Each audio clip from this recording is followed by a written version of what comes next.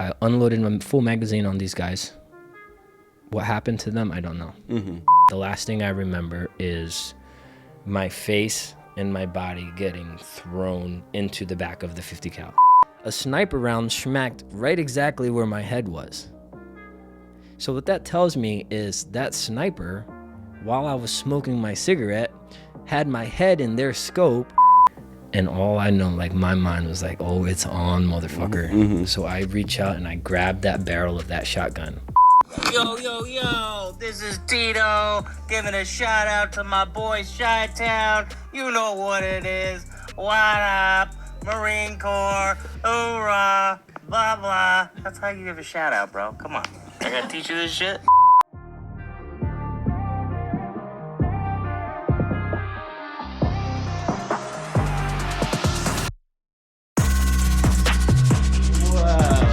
Welcome to the Tested and Twisted podcast. That was the roughest intro ever. Today we have a special gentleman by the name of Vidal. How you guys doing? Yeah? Yep. God, I feel like I struggle with names sometimes.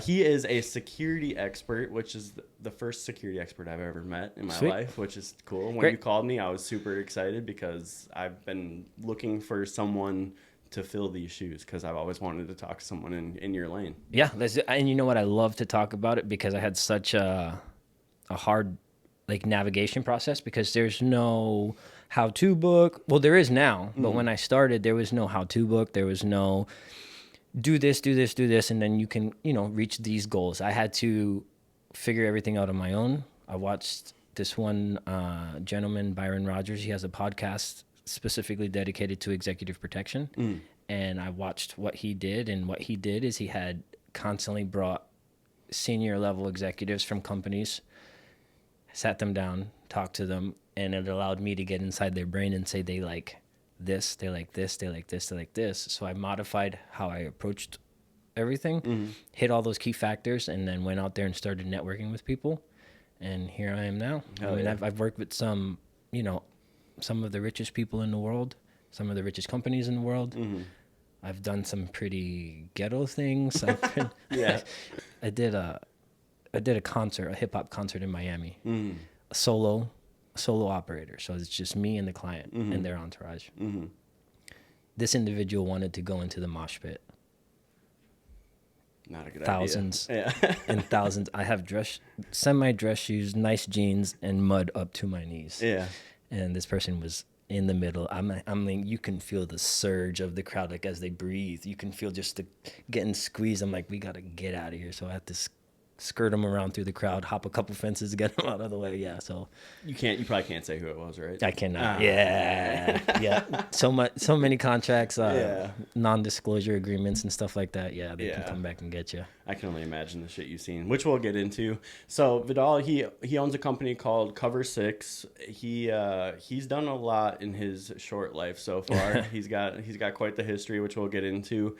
Here on the Tested and Twisted podcast, we like to start at the top. So where were you born? I was born in Brooklyn, New York. And do you remember a lot from Brooklyn, New York? I do not remember a lot from those days. I did go back and visit my dad, visit some family, and I have good times and good memories from there. But as a child, I don't remember too much. I remember getting a Sega Genesis. Highlights, baby. That brings me back. Yeah. That's wild. I haven't heard Sega Genesis in forever. That's where it was at, the original. Shit. That's crazy. When you were born, did you have any siblings already in the household? Yeah. So I have an older brother, 4 years older than me. He lives here now. I have a younger sister, 4 years younger. She used to live here until she moved over to Ohio with her husband. Ooh, Ohio. Fun. By choice. Really? By choice, yeah. Hell yeah. Yeah. All right. Good for her. Yeah. That's awesome.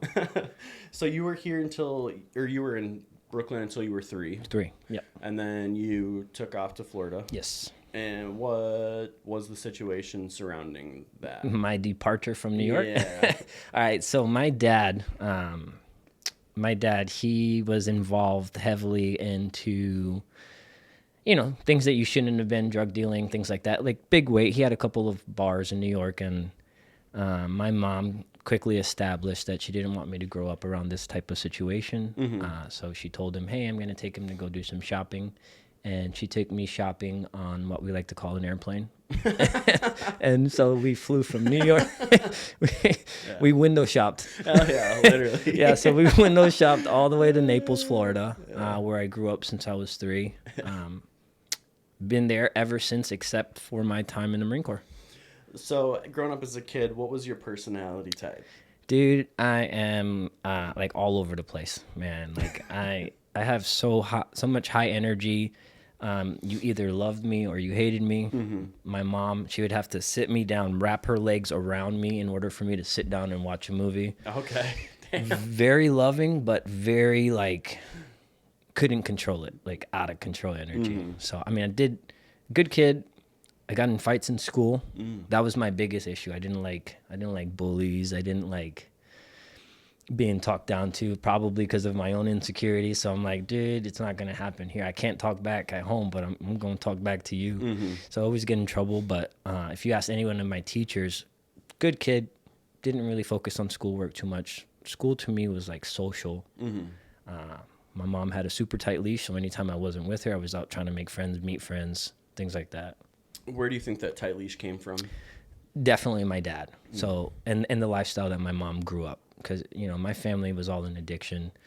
They, you know, gangs, violence, things like that. So my mom knew that if I grew up in that environment, I'd more than likely come out like that. So, so she said, let's move, get me away from the situation, hold a tight leash, you know, control what I did. But like I said, it worked. I was a good kid. I got raised up good, but once that leash gets severed, at some point in time, you have to face the world for yourself. And I was always against drugs, always against smoking, always against all of these things, because my family went through, I saw what they went through. And as soon as I get the opportunity, I also believe in you got to try for yourself. So I did, I you know, nothing until after I was 18, never smoked until after I was 18. Drunk, the first time I drank was on my 18th birthday. Wow, good for you. Yeah, so I did. You waited a while. Yeah, I did all that. I was a virgin till I was 18. Really? Yeah, man. I held Good out. for you. I told everybody, I was like, I was waiting for the right one. Mm-hmm. I think I was just waiting for the right opportunity. Yeah. Like I said, my mom had a tight leash. I didn't have. I just didn't have the opportunity. Yeah. So growing up, you said you got in a lot of fights. Yeah. Do you remember any of the stories surrounding those fights? What led to those fights? You know, just typical kids. You know, kids. You know what? I now that I'm older, you know, it's just kids all coming from effed up situations, man, and they're all trying to navigate stuff. And so, you know, I guess the one fight started with this kid. He seemed he's like kind of like a popular-ish kind of kid with his group of people. Wanted to talk smack, and I'm a little guy, but I had an older brother, so he just beat the crap out of me all the time. So like I'm tough. Yeah. So I was like, dude, back up. Mm-hmm. I turned around, finished. It was in the bathroom. Finished washing my hands, and he punched me in the back. He punched me in the back of the head. I'm like, all right, bro. So I'm like, I finished washing my hands. Yeah. I didn't address him. I finished washing my hands. I did like this, and I turned around and I punched him right in his face. Yeah. Broke my damn thumb. Damn. Yeah, broke my thumb. We fought for a little bit. We fought after school, and then I don't even remember what happened after that with him. Don't remember seeing him again. Don't remember doing anything with him. But yeah, it was in 6th grade, intensive language arts. Interesting. So 6th grade was your first school fight, huh? Yeah. No, it wasn't my first one. It wasn't my first one. That was more memorable ones that sticks out to you. It was. Well, yeah, because it was the first time I broke my damn thumb. Yeah. Broke a bone. Like I said, I've been in countless fights. I mean, growing up in the Estates, it was like racial wars almost. I remember going to middle school at Corkscrew Middle, and you had the guys that were, you know, from the country, like, you know, they had the trucks, they like to go mudding, and then you had all of like the Hispanic people that were just kind of navigating out to the Estates because most of us are from the city, and you know, out here is like the boogeyman and the bears. They don't really like to come out to the Estates. So now they're all out here. So you got this mesh of culture, cause problems all the time, conflicts. A lot of times, you know, the deputies would be there at the locations where we were supposed to meet up at school, and we never got to fighting and stuff like that. But they were, you know, there was definitely tension. Now you can't tell what culture you are, because everybody out there in the States loves the same thing. We all mesh, and you walk by and you see somebody and you're like, dude, you're an awesome individual. I can't believe, just because we didn't know each other before, we was ready to scrap at it. Yeah, that's crazy. I've heard a lot about the States lately. You're like the third or fourth person who's mentioned it, so I'm gonna have to come swing out there and just check it out. We can shoot pistols at my house. Hell yeah, that'd be dope. Hell yeah, that's We can awesome. actually. There's a bigger range that's a little bit further out. We can shoot, long rifles outdoors. Yeah, that'd be tight. Yeah, we can definitely set Yeah, that up. I haven't shot a gun since I moved to Florida, so that'd actually be a good time. It's time Which to do is it. kind of ironic considering we're in Florida, where. The Gunshine State, baby. So, were you playing sports in high school? Yeah. So I'll just give you a breakdown of my activities to keep me far away from home. And so they were. So I was the captain of the culinary team. I was the president of the culinary club. So think of it like, those cooking competitions you see on. We would travel to Orlando and to other places and compete with these, all the schools in the area. That is super cool. Yeah, that was heard tons that of fun. before. Yeah, dude, tons of fun. They call it culinary arts in high school. Then the culinary team is like a after school thing. Yeah, so I did that for a while. Tons of fun. Yeah. Always grew up since I was like 6 or 7 playing tackle football. From tackle football, my friends convinced me to play rugby. Now you got to look at it from my perspective. 5'5". I'm 140 pounds at this time.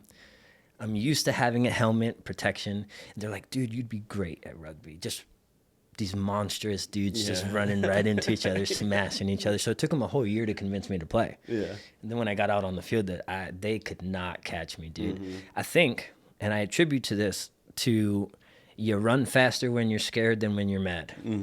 And I was the littlest dude. And so, like, once you got that feeling of this big dude hawking you down, man, you just one more. I ain't letting this big ass motherfucker catch me. Dude, I was gone. They couldn't. Yeah. They couldn't. I severed my ACL, torn my meniscus game right before states. Oh, fuck. Dude, horse collared me. So I blew past their entire defense except for the fullback, which is all the way in the back of the field. He caught up at an angle, right? Just behind me, grabs my collar. Now, this is the game right before state, so I'm sacrificing it all. So I chuck the ball to my teammate. And doing that, I plant my right leg into the ground. At the same time, this guy's entire momentum just flies right by me, and he yanks down. So my right leg never gets out of the dirt. My left leg comes up over my head, and my toes touch behind me. So my knee twisted, pulled apart, pushed back together, and then twisted back. Bro, it was devastating. Oh, that sounds painful as hell. Ouch, dude. It's not fun. It wasn't fun. Whenever I hear like anything Achilles related, I just No, just it wasn't terrible. It wasn't fun, dude. It wasn't fun. A year, had to wait. And actually, what's messed up about it, I was already signed up to ship out to MEPS to go to boot camp for the Marine Corps. So what led up to making that choice? Okay, so I have always decided I wanted to join the military, but what really set that timer in motion was back when my uncle passed away. He was in a Marine Corps tanker. They were doing a mission. They were in a convoy, bunch of tanks. They were crossing a bridge in the middle of a sandstorm. Now, zero visibility. Imagine if everybody can see the color of brown, the light brown on the walls, everything was like that, maybe 4 inches in front of your face. So you couldn't see anything. Yeah, it was bad. And what ended up happening is they couldn't see where the guardrails were for the bridge. Their tank went off the bridge, fell upside down in the water, slowly sinking to the bottom. And at this time, unfortunately, there wasn't any escape hatches on the bottom. And when the tank rested, it rested on the door.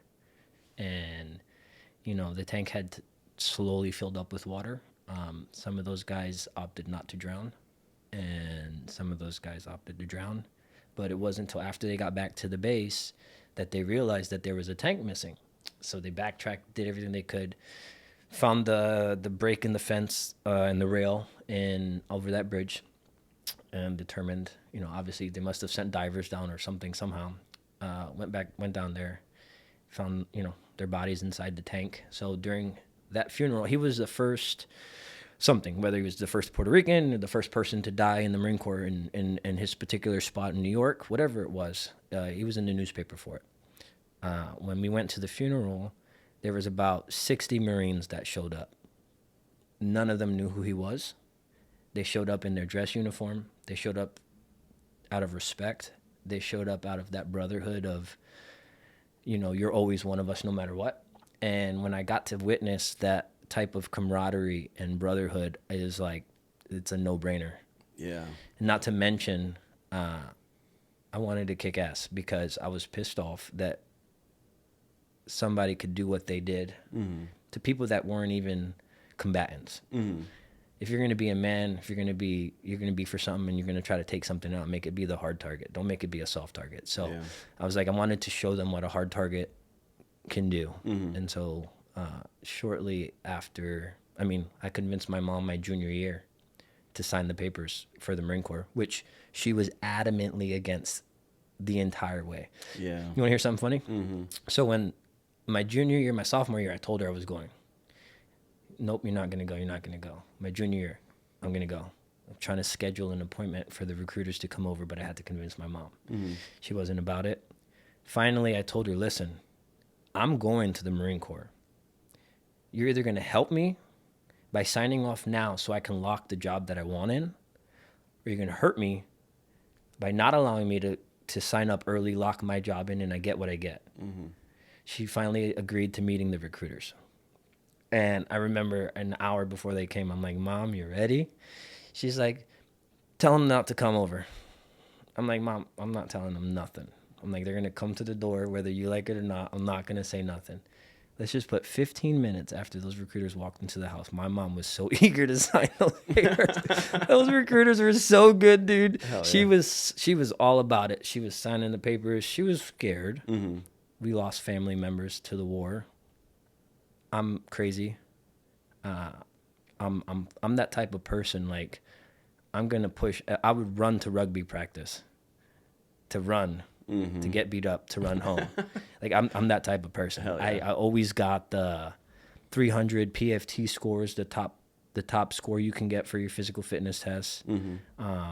Even to the point, for example, in boot camp, there's something called the Ironman, and the Ironman is a sort of competition between all of the companies that are in boot camp at the same time that fall under this command.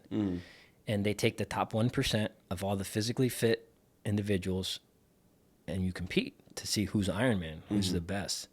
And I was fortunate enough to be invited to this portion of competition. There was me. There was another dude who looked kind of like your body size, like a wrestler, strong, fit, muscular individual. I was like small, lanky, skinny. So this guy, man, he is a monster.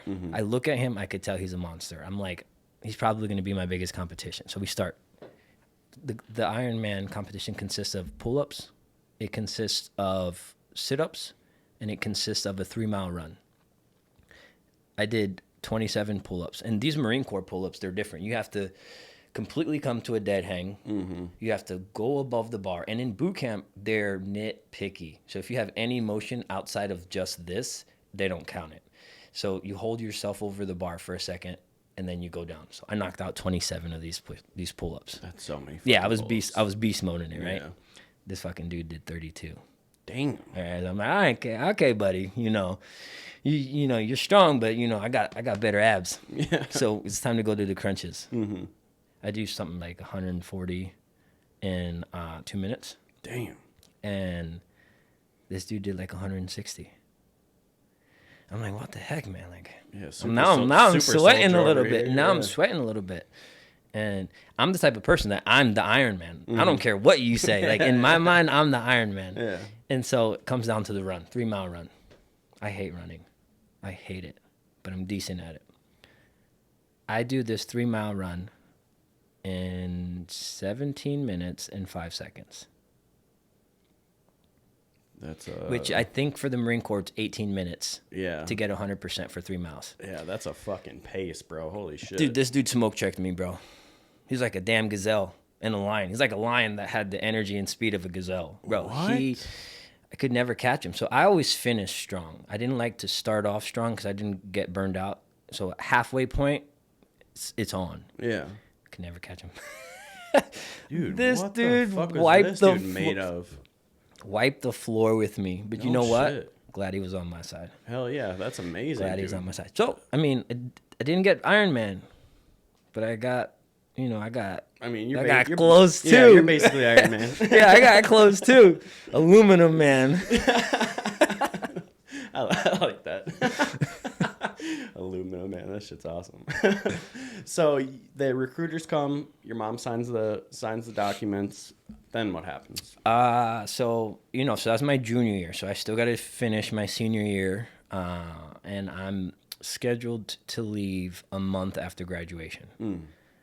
We get into my senior year.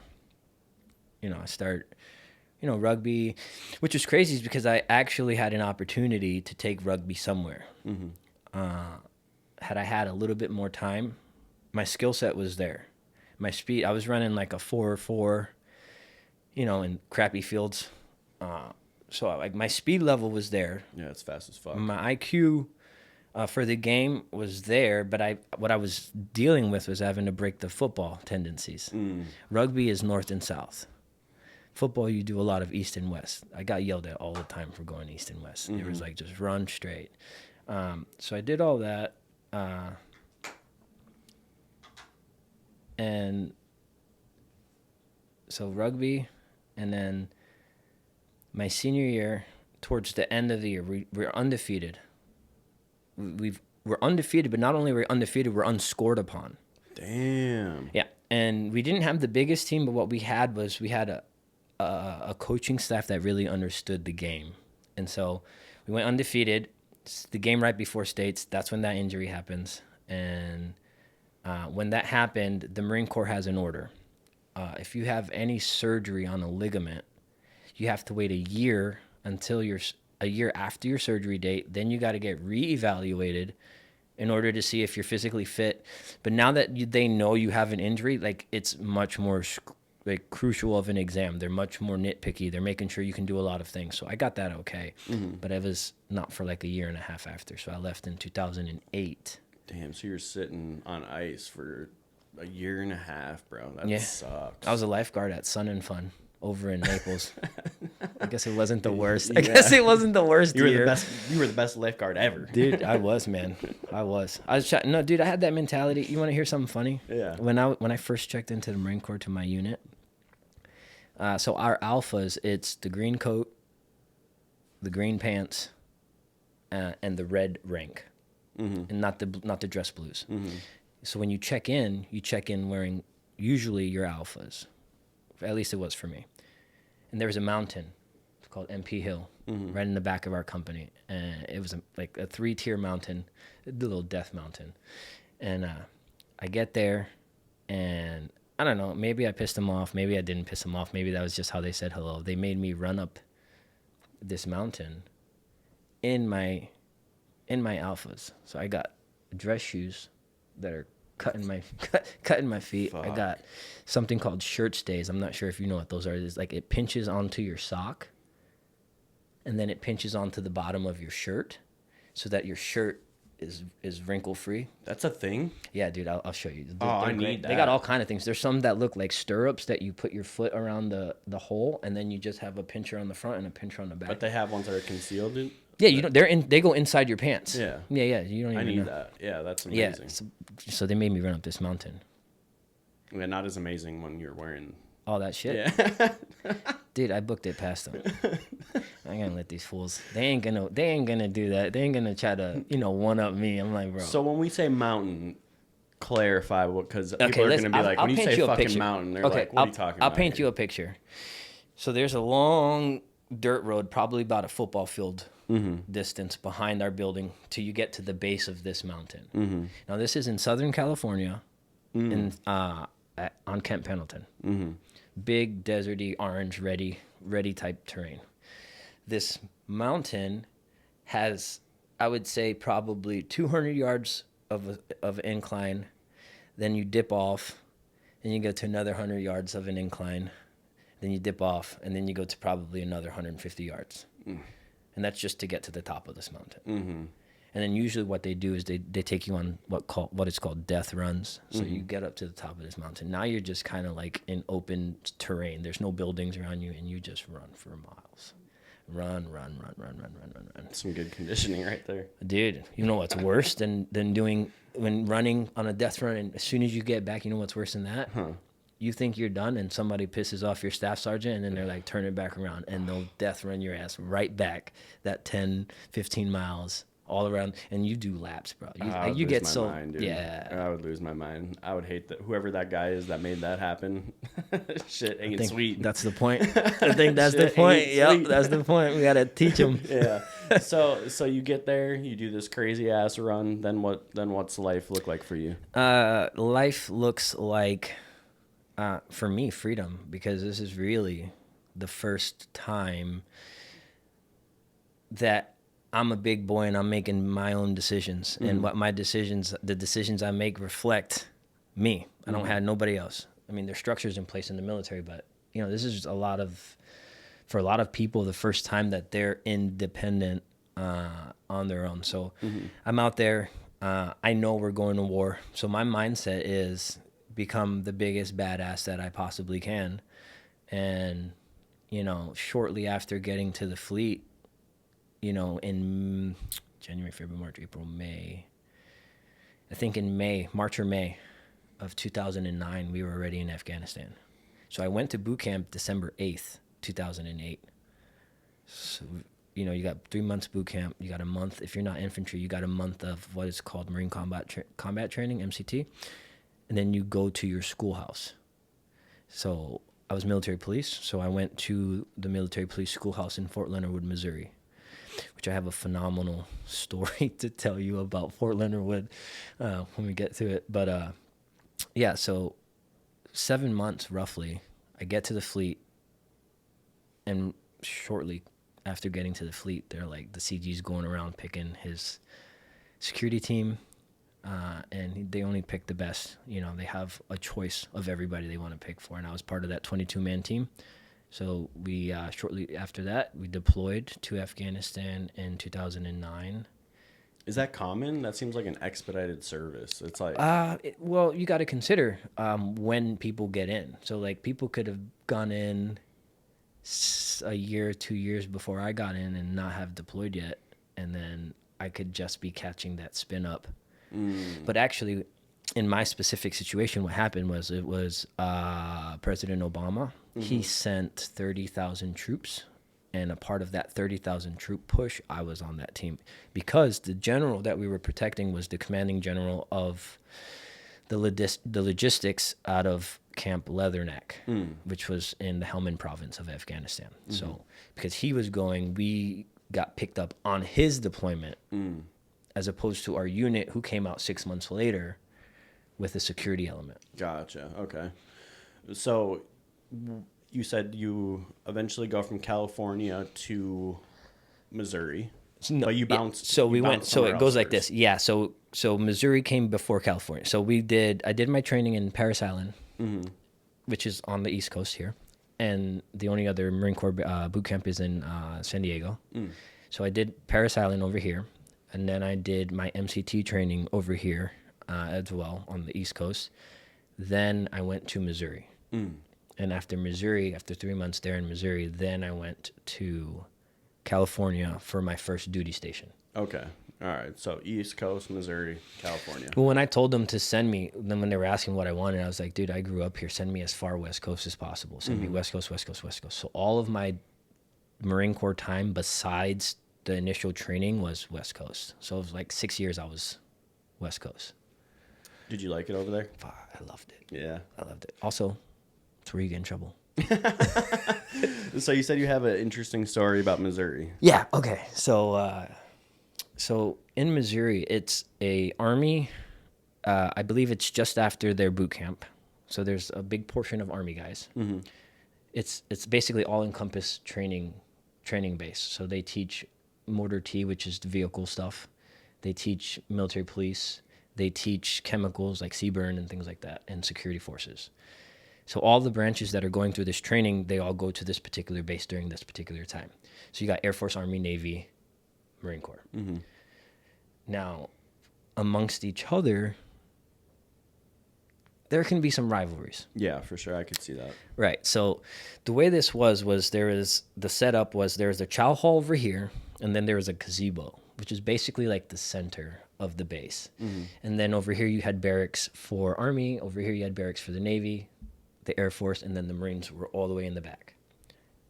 Well, you could walk all the way around going through all of the little sections, and I had made friends with people. So I was walking over there with 3 male Marines and 2 female Marines. And we were walking to go find some Air Force guys that we knew to come play some basketball. Well, they weren't there, so we continued our loop to walk around. Now, when we get by the Army side, there's a lot of beef between the Army and the Marine Corps. Just in general. Yeah, we're better than you. We're better than us, blah, blah, blah. Yeah. This shit got real.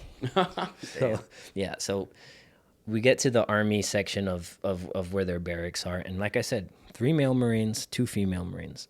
As we're walking by, we start hearing people like hanging out their window yelling at us. Hey, what the F are y'all doing over here? It's like jail. Dude, it's like, wild. what the F are you doing over here? You know, blah, blah, blah. You can make some stuff out. You can't make some stuff out. But you can hear that there's more voices building. And I'm with some hothead friends that they want to turn around. But I'm like, no. I'm like, we are completely behind enemy lines on this one. Let's get closer to the gazebo. Once we get closer to the gazebo, there's going to be some Marines hanging out. Then we can turn around and say something. Mm-hmm. Maybe 30 seconds pass. Now you hear them behind you. They're walking. We didn't know how much there was because I knew if any one of us turned around, it was just going to be on and popping right there. So we get to the gazebo, and all you hear behind you is just smack talk, disrespectful. And they're like, oh, what are y'all doing over here? Y'all come and try to get all of our girls and all this kind of craziness, right? I'm telling you, this is exactly how it went down. So we get to the gazebo area, and then we turn around. I turn around to like 60 Army guys. Holy shit. Dude, 60 Army guys, and they're all in uniform, and they're all jaw-jacking. They're all popping off at the mouth. I don't see what's going on behind me, but I guess one Marine saw, started running up, and then 2 more Marines saw. Dude, so the Marines were starting to trickle out now. You could see Army guys staring at some people. Now you can see Army guys staring at Marines. Mm-hmm. There's a gunnery sergeant that's at this building right here who's officer of the day. He's on duty. So he comes out and is like, what the F's going on? Immediately, as soon as Gunny starts talking, everybody in the Marine Corps shuts up because we know. Mm-hmm. Gunny's talking, Gunny kick your ass. Mm-hmm. And he's jacked. Brawling. Dude, he's got his sleeves rolled Hell up. yeah. He's just jacked. This Army guy goes, who are you, bitch? Ah, bro. Dude, my internals, like, if I don't get to tell the Gunny that, you don't get to tell the Gunny that. So I saw red. The Gunny looked at me. I took it, because he didn't say nothing. I took it that he was like, you know what? All right, go for it. And so I looked at the Gunny. I looked at this kid. I said, fuck it. So I just ran, and I literally Spartan kicked this dude in his chest. Dude, I Spartan kicked him so hard in his chest. So, you know, slow motion, like collapsed. Yeah, I collapsed his chest. Anyways, that was like once motion started, Kicked off. everybody was in. So we're looking at like 40 Marines versus 60 Army guys. Full Gangs of New York style meeting in the courtyard. Yeah. Something funny. Remember I was telling you about my buddy Kim? Yeah. We were in Afghanistan after a mission, and he's like, we were talking about the schoolhouse. So he got to the fleet. He got to California maybe like a month and a half after I did. Mm-hmm. Ended up being my roommate. Mm-hmm. So we've known each other for a good year at this point, and this conversation has never come up. So we're sitting up against some sandbags next to a bomb shelter right outside in the desert. And so we're sitting on that. He's like, bro, I was just thinking there is this crazy thing that happened in the schoolhouse. I'm like, oh, word, tell me about it. He goes, I don't know what happened. You remember the gazebo? I'm like, yeah, I remember the gazebo, bro. He's like, yeah, I was at the gazebo, and all of a sudden I hear some yelling, and I see like this big group of Army guys, and they're like yelling at some Marines or something. So all of a sudden I see Marines starting to run over there, Marines. And so I go over there. He's like, I'm in the back though. I'm like, I'm in the back of the 40, 45 Marines. So I can't really hear what's going on. He goes, all of a sudden, I see this little Spanish Marine just run and kick the shit out of this Army guy right in his chest. He's like, I lost my mind.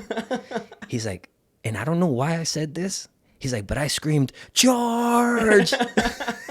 Bro, he screamed charge at the same time the entire mob pushed. Bro, and so, long story short, we scrap out. It stops. It's not over. Oh, shit. A couple days later, we go on leave for a couple of days. So the Marine Corps, gives you 72 hours, 96 hours off. If you have like a holiday, you can go see your family and go to a little bit further. Most of the Marines are gone. Mm-hmm. The Army guys, they raid our barracks. 60 or another group of 60, like ish, they come to the Marines barracks, and now most of the Marines are gone. So there's a duty, which is a couple of Marines that stayed back, and then there's a couple of people that didn't want to leave. They were going through the barracks, knocking on all the doors, and as soon as a Marine answered the door, they'd bum rush the room and beat the shit out of them. Right? Yeah, dude, this is going on. This is real shit. And so when we come back from leave and we find out that the Army guys rolled up into our barracks and did all this shit, we come up with a plan. Now it's our turn. Now we're going to come and we're going to go jack them up. So there's a whole powwow, like something called the Lance Corporal on the ground. And it's a network of information that gets funneled out. And so all of these Marines are on page at 7 o'clock. We're all going to make our way over to the Army barracks and we're going to unleash havoc. Mm-hmm. Somehow our leadership found out and they called a meeting at 6:30 on the basketball court. Oh, shit. So to put it, their backs are facing the chow hall and the gazebo. Mm-hmm. We're looking at our watches. We're sitting facing the gazebo and 6:55 comes along and then 7 o'clock comes along and you see a silhouette. You ever see those old school movies of like the Army guys, the military guys walking in a single file line, but all you see is the silhouette because it's dark? Yeah. Dude, that's exactly what it looked like. So out the back of this barracks, you see one silhouette walking, and then you see two silhouettes, and then you see like a group of silhouettes. You see sticks. You can see long sticks. They're carrying stuff. Mm-hmm. Long story short, our leadership didn't see this going down behind us, but probably 40, 50 Marines made their way over into the night over to the Army barracks, and people got beat. People got hit with pipes. People got stabbed. Damn. Listen, it was bad. And so what does the base commander do? He holds an entire base formation. It is like 110 degrees outside in Missouri. It was summertime. And we're sitting on this freshly paved black top that could facilitate the hundreds of Marines. Mm-hmm. And as he's laying into all of us, I mean, not Marines, but military guys, because it's all branches, as he's laying into all of us, people are passing out left and right because it's so hot. Dropping like flies. We're talking about 50 people must have passed out that day. He said some things. I can't remember exactly what he said, but he said some things, racial things, during his little tirade that he got in trouble for somehow. So what does he do? He calls us back out to another formation so on the hardtop to apologize to all of us for making his comments that he made. Yeah.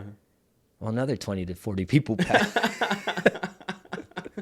Dude, that's why in my mind, that this doesn't seem like something that would happen because, you just assume that everyone's kind of on the same team, but I guess not. Dude, I swear, you know what I'm going to do? I'm going to text or call Kim. And I'm going to have him, I'm just going to ask him, hey, Kim, tell me, I'm not even going to, I'm going to show you the message too. I'm going to just tell him what happened at the schoolhouse. Man, I would pay good money to see that video. That'd be awesome. Dude, I'm telling you, if you ever felt like Gangs of New York, that is have you seen that movie? It was literally like this. That's so wild, man. It was so wild. It was literally like that. It's crazy. And then you grow up, and then when you go to war, you fucking love these people. Yeah. Like, they're in trouble. So when we weren't running missions for the security missions for the general, we were substituting for the base QRF. QRF just means quick reaction force. So if like there's a unit that gets into trouble or if any shit goes on, it's basically like the SWAT team. So when people take turns who's on duty and you're on duty 24 hours. So your mission is from the call beginning, call for request for help. You have 5 minutes to be at the base door, at the base entrance, ready to roll out and to go provide support. Dude, some of the funnest, most like, I don't know if you've ever had that feeling. It's like 3:00 in the morning. You finally fell asleep. Then all of a sudden, the person that's on watch listening to the radio comes in screaming, let's go, let's go, let's go, let's go. Bro, you fucking know that somebody needs help. And you know, like, you're pumped, and you know that you're the one that's going to go provide that help. So you're jacked up, dude. You're all like running around, half clothed, got your vest on, no shirt. Dude, it is that feeling you get when you see a crazy movie war scene. Yeah. The only thing I could relate to on that level is one time my brother got bullied quite a bit growing up in high school. Just growing up, period, from middle school to high school. It stopped once we got in high school because he started to fight. Defend himself? Yeah. So, like, through, like, 7th and 8th grade, there was this kid that just constantly picked on him nonstop, and my brother just hated him. And finally, my brother got to the point where he wasn't going to take it anymore. And this was, like, a couple years down the road. I think we were in probably, like, 10th or 11th grade. And somehow they crossed paths at, like, a football game or something. They started talking shit to each other. And my brother got his number, texted him, and said, pull up. So I had a group of my friends. My brother had a group of his friends. We went and sat outside, and we waited for, like, hours for these dudes to pull up. Finally, it's, like, 11 o'clock at night, 12 o'clock at night. They're not coming, right? So I'm like, all right, we're all going to leave. I'm going to bed. Me and my brother went inside. All the friends left. I'm sleeping. I'm just laying down, sleeping. Next thing I know, I hear banging on my door. Boom, boom, boom, boom. He's here. He's here. And we ran outside. Next thing you know, we're just fighting. Squabbling up. I see him. My brother opens the car door because the dude didn't even get out of the car, which was really like what he was like, pulled the car up to the driveway. I've actually had a similar situation. We just ran and drop kicked the door closed when they were trying to get out. I have a funny story about doing the exact same thing, actually. So he pulls up to we come out the front door. He pulls up to the driveway, and then he like rolls up to past like this like little fence area, and he never gets us out of the car. And my brother like opens the car door, and the kid was smoking a cigarette, and you can see him like turn his head because of the cigarette. You can see the cherry of the cigarette burn, turn. yeah. And when my brother hit him, Smashed the cigarette. the cigarette went boom, and it looked like a firework went off in the car. And then my brother just pulls him on the car, keeps hitting him a couple times, and then the other dude got out of the car. He saw that I was standing there, ran up to him. He jumped back in the car. The other kid jumped back in the car. They took off. Skirted out. But it was like that feeling of like you're like just a dead sleep, and next thing you know, it's like, oh shit, we're about to go get in a fist fight. Let's go. Well, you know what? Have you ever had anybody messing with your shit, like your house or your place, like at night? Yeah, a lot. Have you ever been woken up to a sound where you're like, oh, this is a potential life-threatening situation? Definitely. That's the feeling. Yeah, just that instant surge of adrenaline where you're just like, oh shit, let's go. That's the feeling. Yeah. Have you had that situation and had either a firearm, or did you feel confident enough that you were gonna thrash the person that's invading your space? I've never had a firearm. I've never even owned a gun. Okay. But yeah, no, definitely had situations where it was like. But you knew in your heart that you was about to smash. Yeah. That's the feeling we had because we never thought we were going to be defeated. Yeah. So it wasn't just an adrenaline rush like there's an emergency. It was an adrenaline rush like, dude, we're going to fuck you up. We're going to come get you. Yeah, that's wild. So kind of got off track there a little bit. So eventually you find out you're definitely getting deployed. Yes. You got to go. Yes. So I was ecstatic about that too. Yeah. Yeah. That's Well, what I I was gonna joined after 9/11. I joined to fight. I joined the Marine Corps specifically to fight. It was either going to be Marine Corps or it was going to be the Air Force pararescuemen because I could justify in my mind doing anything to anyone in the goal of rescuing somebody, one of our guys. Yeah. You find it a lot harder to do when you're on the front lines or you're just doing normal day to day, and you might have to, which we've had is situations like that happen to us. You know, unfortunately, people got killed that didn't need to get killed, not because of what we did, but because of their actions in the middle of a massive firefight. But like, you still gotta process that stuff. Like, yeah, for sure. So. Yeah, so like it's just a lot of crazy stuff. So on that plane ride over to Afghanistan, what are like the thoughts going through your Fucking mind? jacked, man. Yeah. Dude, you know how people are like, I don't know how I would react, or Yeah. you don't know how you're gonna react until your feet touch the ground. Dude, I was fucking jacked. I don't All give a the way shit what through, anybody yeah. says, bro. Don't get me wrong. There was nerves, there was fear, but not fear. Not fear in the sense that fear was controlling me, but there was a fear there that of the reality of the situation, and that was it. Just like, this is very final. Everything you do out here is very final, and we were just ready to get some. So were you? I know you you didn't have much freedom prior to leaving to the military, but were you like in a relationship or anything leading up to this point? I didn't have any serious relationships until after boot camp. Okay, all right. Then I had formulated a serious relationship.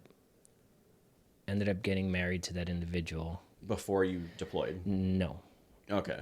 during my deployment. All right. Sounds tricky. That's interesting. so you're overseas. Yes. We'll get to the marriage part, but first I want to figure out like what's like the goal in mind for us? you specifically. Don't be the asshole to let one of my friends get hit. Okay. Was there like, I don't know shit about any of this. So like, is it like a daily thing where it's kind of like, hey, today we're going to do this? Okay, so missions and objectives. I'll just give you a quick breakdown. So our mission, just speaking specifically for my team, our mission was to provide every level of security for the commanding general, get subbed out whenever we had any high-level officials, such as I've done details in the Marine Corps for the Commandant of the Marine Corps, where I was a designated marksman. They were like, who's the best shot?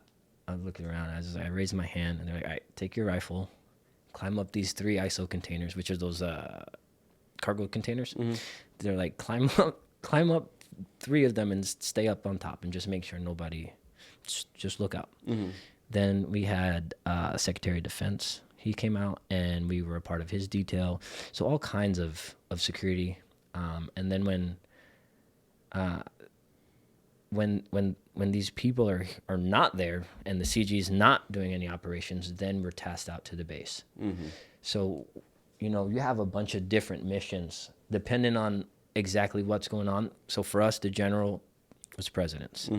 Anytime the general was doing something, whether or not we were with him, if he was flying in a helicopter or if he was driving in the vehicle with us, we were always at the location he was going to be at before he got there, and we were at the location if he flew out after he got there, after he flew out. So our mission entailed making sure these bases we were able to get to these bases, making sure that those bases had the official sufficient everything, because you got to consider you're completely surrounded by a desert, and a lot of times they just helo dump or cargo ship dump, and it parachutes down to these small bases because the terrain's kind of impassable. And so like I remember this one time where they had a cargo, the chute not open up, and so all the shit broke out. So they were somehow they got stakes, man, to a little shithole base, bro, in the desert. They got steaks and they had to cook it all. Yeah. So they barbecued. When we got there, they were like, everybody was eating steak, and it was literally in the middle of the desert. That's wild. And it was the smallest base. Like, we had to park our cars outside of the base because they couldn't fit inside the base. So that was just one of the type of missions that we went on. So security just kind of random. It was just As whatever needed. Whatever. Yeah, because sometimes the general had to meet with the elders of the city or the village that we were trying to go through or navigate through, because at this point in time, the Taliban were pushed, but they weren't completely pushed out. They were relocating in areas and villages. Speaking of relocating, that's where we drove right through, and we hit that IED and got complex ambushed right after that. Yeah, so let's hear that story. Okay, cool. So we had a mission to take the general from from our base to another base. And what you do before you go out on this mission is you come up with your mission brief. We're going to go this route. We're going to do this. We're going to do that. We're going to do this. And you give it to Intel. Intel done. They take your briefing, and then they measure it up to everything that's going on currently. So if there's firefights or if there's heavy presence over here, they're going to tell you this route's green if it's good to go. This route's yellow if, you need to proceed with caution, or it's red, stuff's going to go down. Well, when we gave them our brief, they were like, if you take this route, there is 100% chance that you're going to hit an IED or you're going to get into a massive firefight. And so what do? We're going red, baby. We're going red, bro. We took it. Let me tell you. So we got something called the gunner's harness. It's basically like a seatbelt that goes over your shoulders, in between your legs, so it wraps to your body, and then it just seatbelt clips into the floor. That way, if you're a gunner, you don't get thrown out the truck. Right. Because a lot of times what happens if the truck rolls, the gunners, where the gun is, on top of the truck will shearing off anybody part that's not out of the way. So a lot of the times if you're gonna get thrown out of the vehicle because you're rolling, it'll keep you in. So it was the only time we ever wore our gunner's harness, because they told us there was a guarantee. And so we're going to this village. The village is probably a mile out. We can see the village coming up. As we turned on this road, this is where they told us this is going to happen. And so and I'm the scout vehicle gunner. I'm the first vehicle. We're about 150 yards forward of the next truck, scouting out if anything happens to us. And the reason I was that guy is because I felt like I had the best. I was the guy to let me react first. Anyway, so we go through this village and it's dead. And at this point in time, it should be busy. There should be people moving around. The only movement I see is dirt bikes and scooters off in the distance a little bit. It's very sketchy. That to me, and to anybody that was out there, knows that that's evidence something is going to happen. And so I kept calling, halt the convoy, halt the convoy. There's a yellow jug. Halt the convoy, halt the convoy. There's a guy moving out suspiciously. Got to the point that I called so many things that they got over the radio and said, Sanchez, stopping the convoy. What am I supposed to do, right? They took my only power away from me. So maybe 50 yards in front of us, there's a big pile of sandbags. It looks like maybe they were grain or 50-pound bags. They were all stacked up. And I say big, I mean, it was probably up to that tested and twisted sign right there. And there's a little kid, probably 5 years old, standing next to it. And I look at this kid, and he waves to me. So I wave to him. I look back. Now, remember me talking about Kim? He's 2 vehicles behind me. And his face is so dirty. I could only see his white teeth smiling at me. So I look back and I chuck him up to deuces. He does a little dance, which is what he always did. And I start to turn back around. And as I'm mid-turn, boom, we hit an IED over 100 pounds, extremely massive. All I know, the last thing I remember is my face and my body getting thrown into the back of the 50 cal. So everything getting launched forward.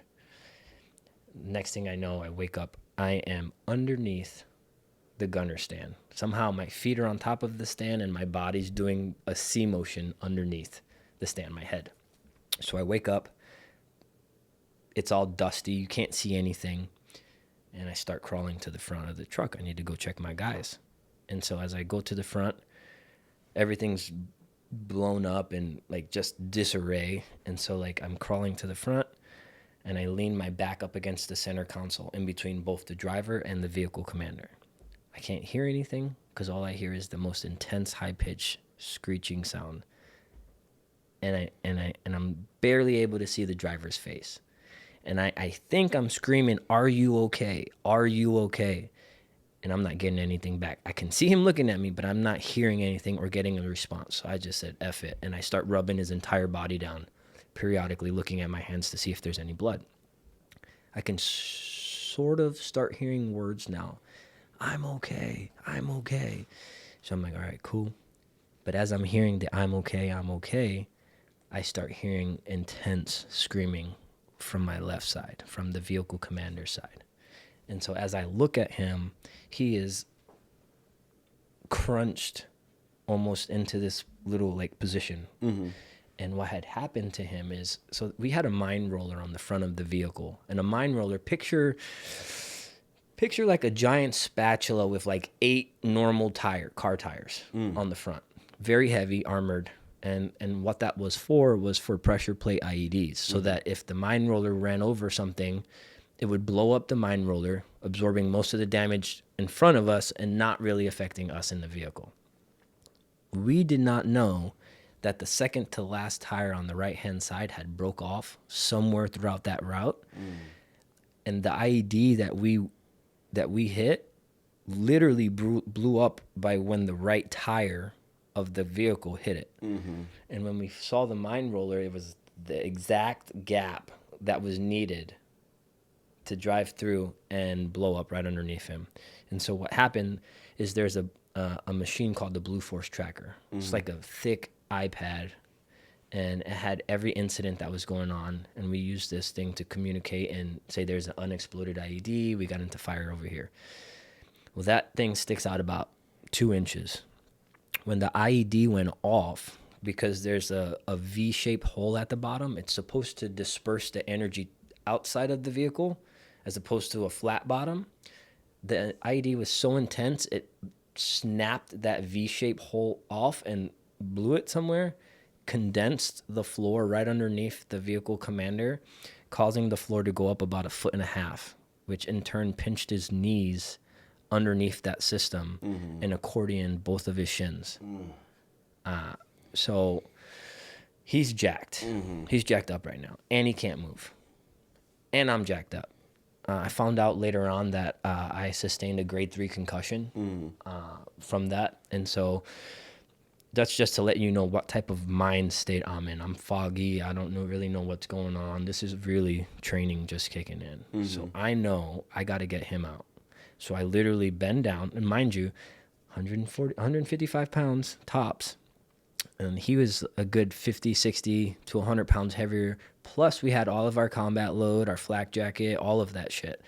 And so I have no real angle to pick him up. So I just kind of like bend over and deadlift him up. I hook underneath his arms and I deadlift him. And I'm able to use the adrenaline and pull him over towards where I'm standing, rest his back on my shins. I could feel, even like right now, I could feel the feeling of his plates in his vest just digging into my shin. I can feel that right now.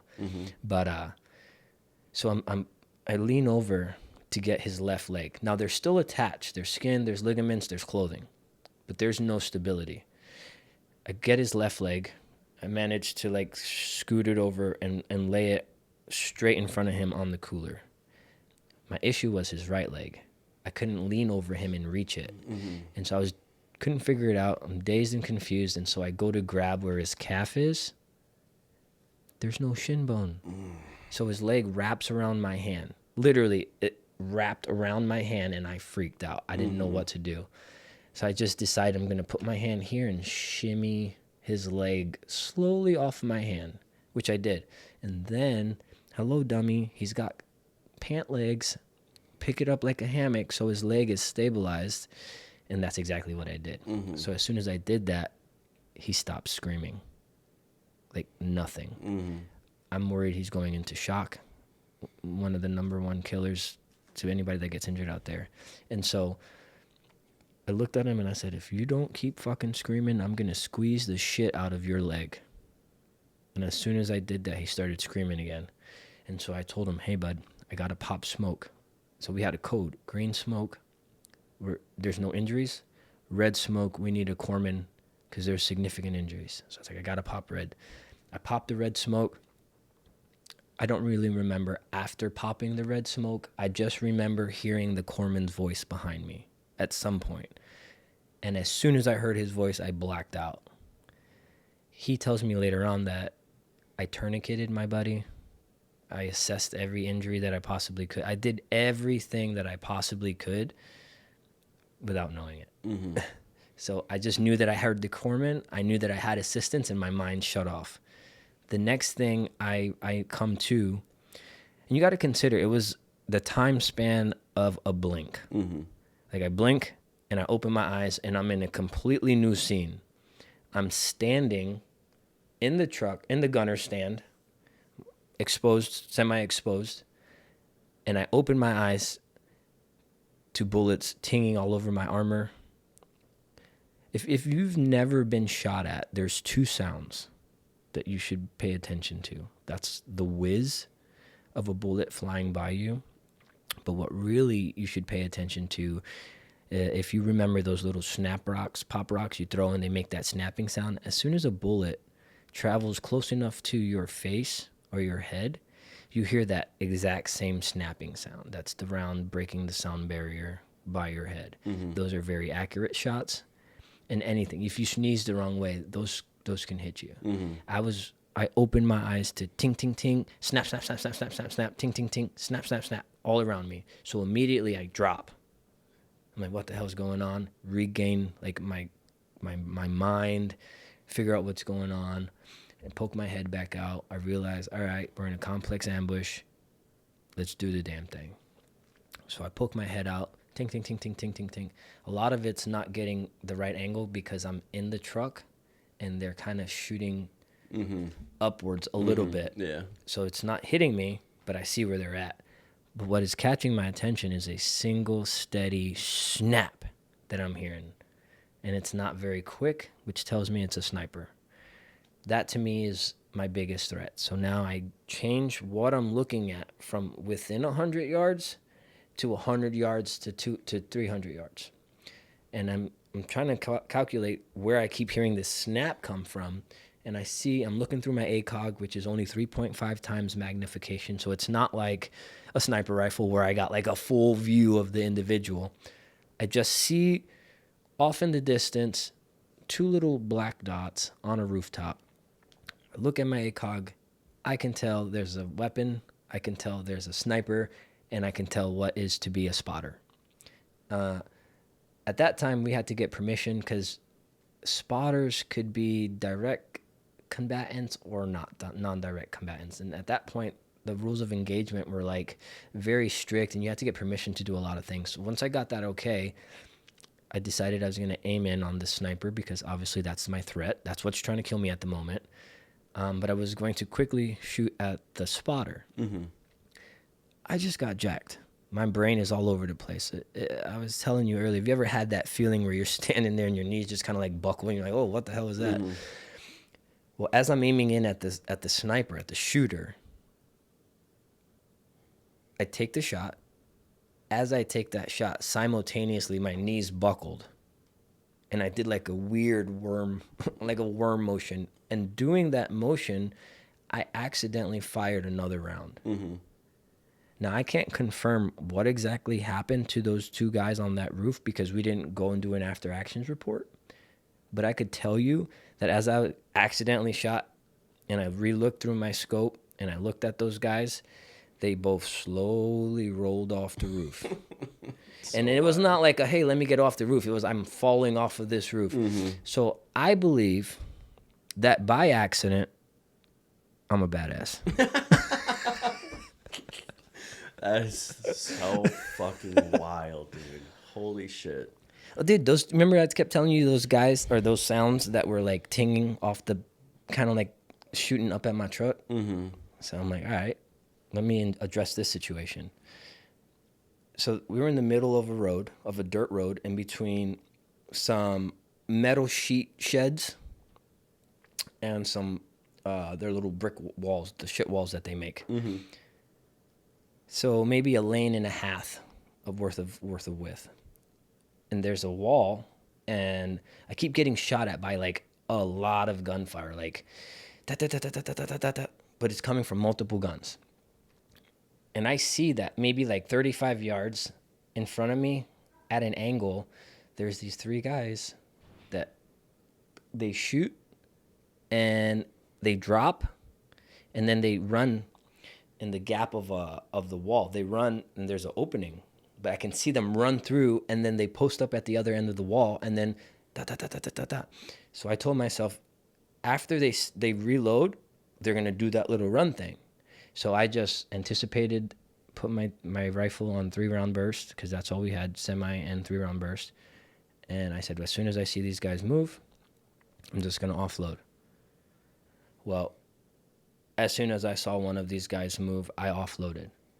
I don't know I know I shot somebody. And I think the reason that I can talk kind of freely about these things is I didn't have to all the time go up and do these after action reports. It was like, they're attacking us. Do what you got to do. Just keep it pushing, you know, compress and then just push it on. Yeah. Anyway, so I unloaded my full magazine on these guys. What happened to them, I don't know. I just know that I wasn't getting that consistent barrage of gunfire at a steady pace. So now, and this, I didn't tell you the best thing. And if Apple is paying attention, I want a sponsorship. I had the old school iPod minis. Wild. Remember those things, the old school iPod minis or whatever the hell they were called? Yeah. And at that time, I was the gunner, and I took probably like 3 feet of chicken wire, and I wrapped like a little screen over where I was going to be standing, and I wrapped it in camo knitting, and I put my iPod, hooked it, the little armband, hooked it right to the thing. And I had it around my ear, and I was playing the music, and I could hear it. When the IED went off, Kim told me this later on. He's like, I saw you chuck your deuces at me, and then you blew the hell up. He's like, about 500 feet in the air, on top of the dust cloud, I saw your chicken wire cage that you put up flying in the air. He's like, I thought you were disintegrated. And I'll get back to that portion in a second, right? So my cage gets lifted 500 feet in the air and gets blasted somewhere with my iPod on top of it. So it was about an hour and a half, hour 45 minutes before we could get any type of support. And what we were able to get is a jet.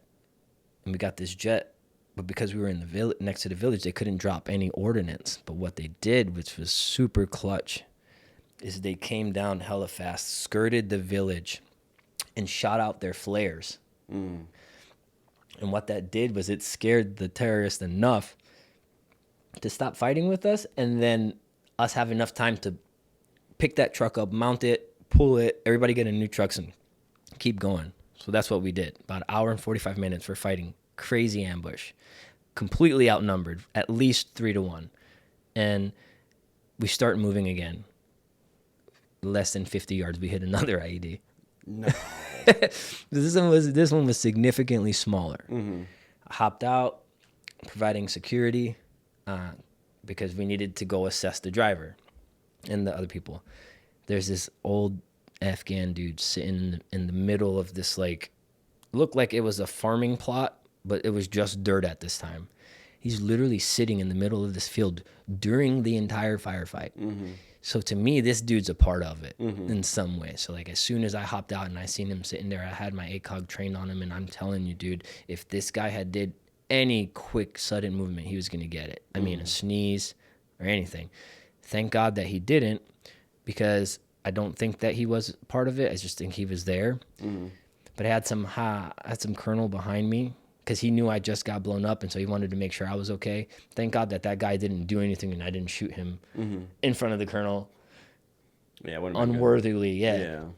But what getting out of and posting security did do for me is where I was laying, like after I got over the intense of like, I'm gonna shoot this guy if he moves, I started hearing music in the background, dude.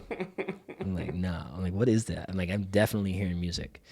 And what I see, like literally, like I'm laying on top of that cage that I made, and the music that I'm hearing is my iPod. It's still playing music, and I'm literally laying on top of it. It's just covered in dust. So I just quickly, unconnected from the thing, and yeah, dude. That is so fucking iPod wild. blast proof. If anyone has any Apple connections, you need to send this to them, because this dude needs to get paid for this.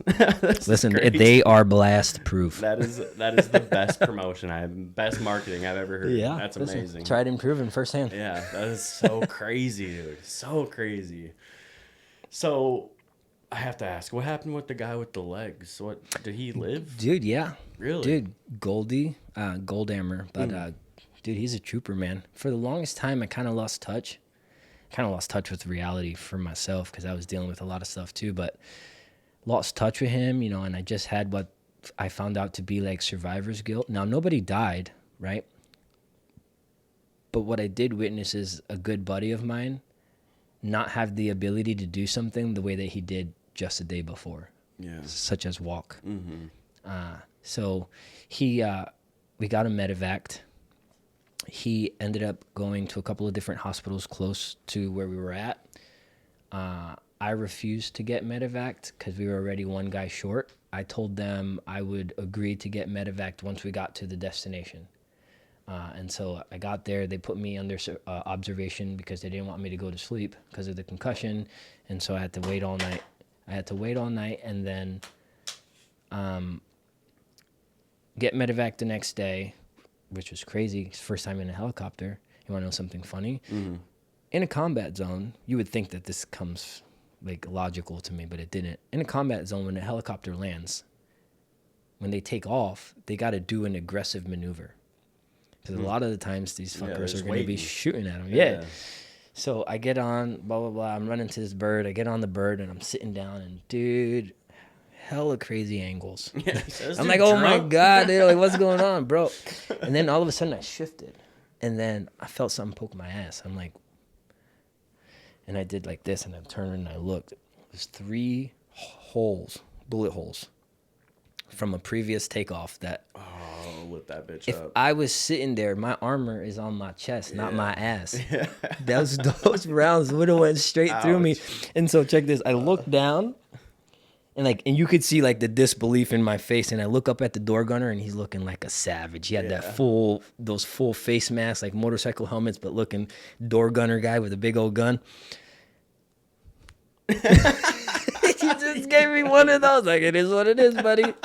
Fuck, dude. That is so crazy. My heart's just pumping just thinking about this. It's so wild, dude. Yeah, that was wild. So...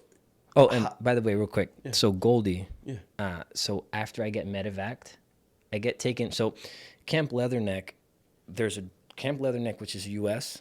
There's a little dirt road, and then there's Camp Bastion, which is British. And all of, like, some of our allies. So our... hospital was on Camp Bastion, which is where the concussion clinic was, which was where the emergency ER was. So I got medevaced to there, maybe like 18 hours after Goldie got there. And so I'm in there, I'm all like IV'd up, and they're running all these exams, and then I hear the doctors talking about someone with leg injuries. And I get emotional, bro, like, because thinking about Goldie, we were playing softball back on the base, like a little tournament just the day before. And so the last image I have is watching him round third base, running to home plate. And in my mind at this point, he's never going to walk again. His legs are shit. You know, like, I'm thinking the worst case scenario for him. So I hear these guys talking about a dude that they're working on.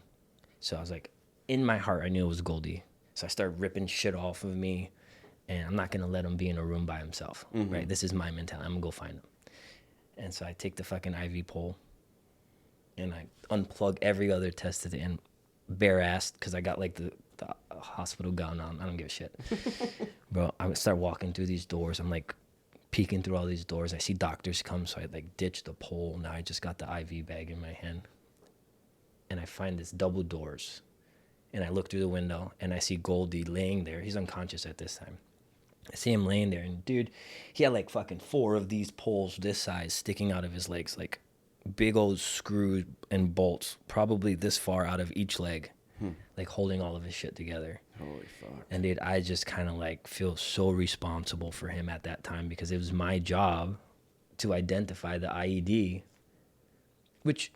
if you're looking realistically, dude, like, they completely buried it. Yeah. There was no indicators, and I pay attention. And you also just got told to shut the fuck up.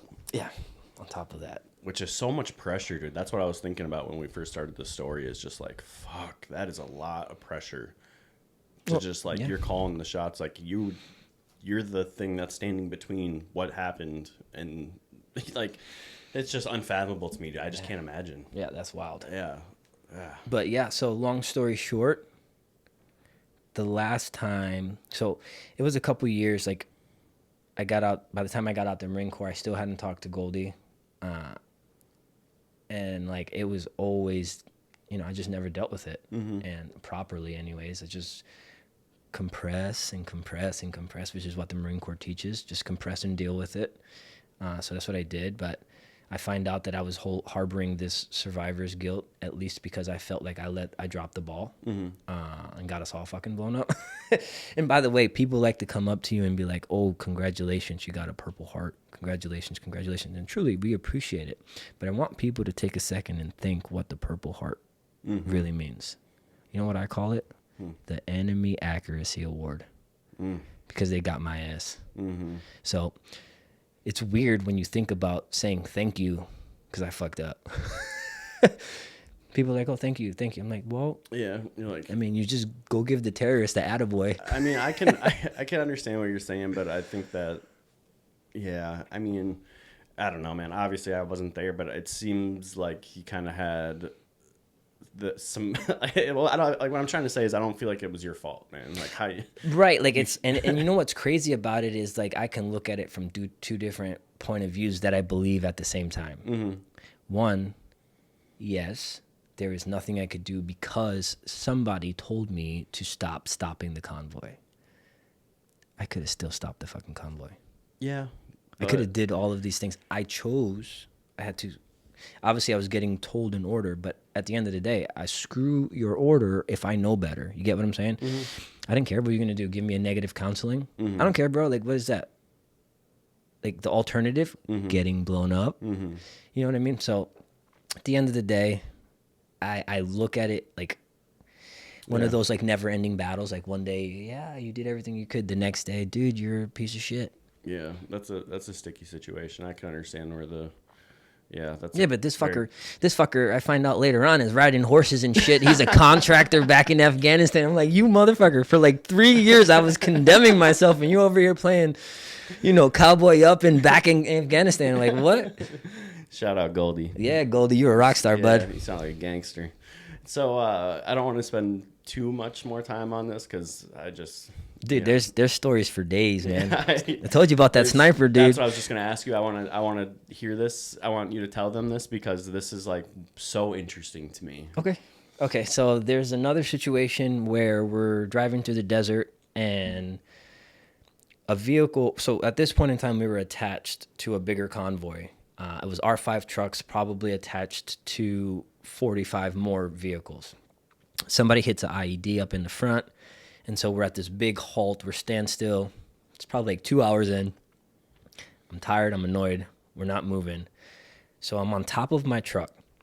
Normally, I'm supposed to be in the truck and just my upper torso is exposed. But I'm literally sitting on top of the truck with my feet on top of the truck, smoking one of them long Newport 100s. And at this point in time, my standard operating procedure would be smoke the entire cigarette, stay upstairs, mind my business.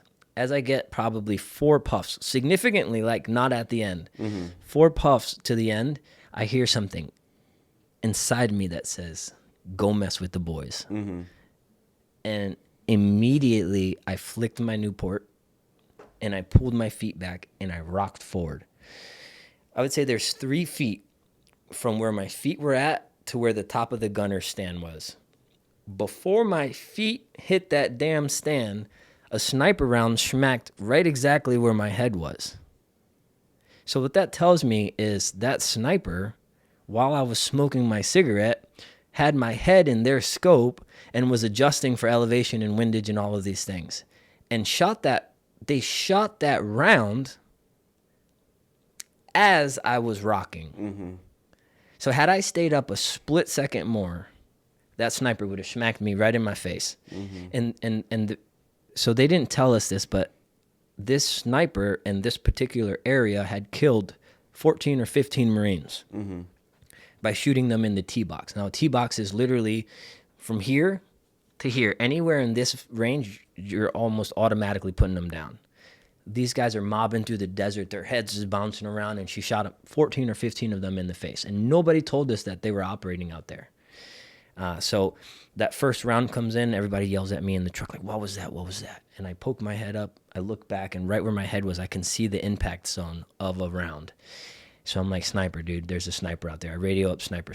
So now I am petrified because there's mountain all around us, and we're in the desert floor, so they all have elevation over us. So I've got to communicate to myself like, dude, you're being a bitch. You're being a bitch. Stick your head up. Figure out where they're at. And finally, like after the third time of calling myself a bitch, I was like, I ain't no bitch. Let's do this. I slowly start to pick up my head. And so my gun's here. And to the right of my gun, there's a window, armor-proof window about that big, about a foot by foot. And I slowly start to look through. And as my eyes hit that glass, a round snap smacks the glass. So I drop again. And I'm like, now you're really a bitch. I'm scared, bro. I'm really scared. Fuck, I'm that's scared, terrifying, dude. So I'm like, but me being scared is keeping my buddies at a disadvantage. So I'm like, lock up. So I start to pick my head up, snap, a third one, just immediately right into, I would probably say like a $50 size shot group. And at this point in time, I'm like, I can't do anything because I can't see, and every time I move, this person has the beat on me. So long story short, I stay down. I radio to the other guys that they should stay down. And my buddy Kim, he's got an automatic grenade launcher, a Mark 19. And so his weapon stops working, and he flips that tray open, which is a metal sheet on top of the gun so that he can work on the internals. As soon as he flips it up and puts his hand on the internals, she shoots that closed, almost breaking all of his fingers. And he's all bitching and pissy about it. And all I can think of is, dude, you do not know how lucky you are. Think about it. You opened your feed tray. She shot that closed. Exactly where the feed tray was, where the round impacted, was just above your sternum, which means that your bulletproof plates would have not even been touched, and you would have gotten a bullet ripped right through the center of your chest. As soon as I said that, he was thankful his fingers were hurting. He was thankful his feelings. So long story short, with this sniper, we were with the general. We couldn't afford to stand around anymore, so we broke off that convoy, and we went on our own. What ended up happening is they sent a fire team, a group of guys with some sonar equipment, to go get shot at, so that they could determine based on the acoustics where the sniper was kind of oriented, and based on that reading, they were able to determine, oh, look, there's a cave right there. So they sent 2 HIMAR missiles. Now, a HIMAR missile can be shot from miles away, either from a truck or from a silo. And they sent 2 into this cave.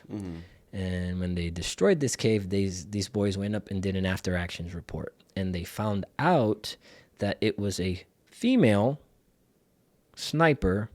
And when they found that she was dead and they went through her bag, they found several passports, which tells us this chick is a mercenary. Well, it told us a couple things, because at that time, Al-Qaeda or the Taliban wouldn't hire a woman to do what they were doing.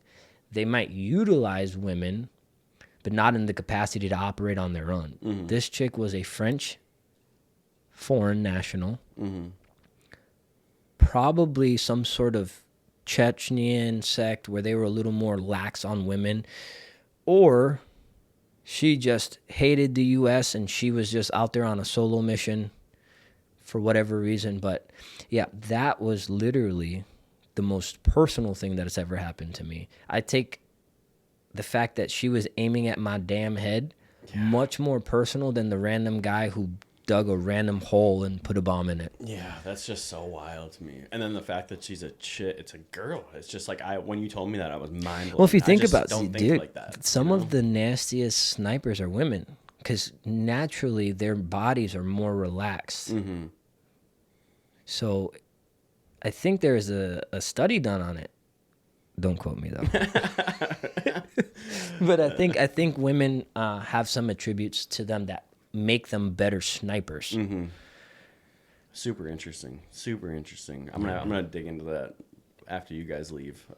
Dude, there's tons of stuff we got to get into. We were talking earlier, bro. There's a bunch of stuff. Yeah, it's wild, man. So to get on more of a, a different note, still in Afghanistan, are you talking to people at home? Are you talking to your wife during those times? Yeah. So I had communication with my wife sporadically. Sometimes, like, this was when Skype first came out.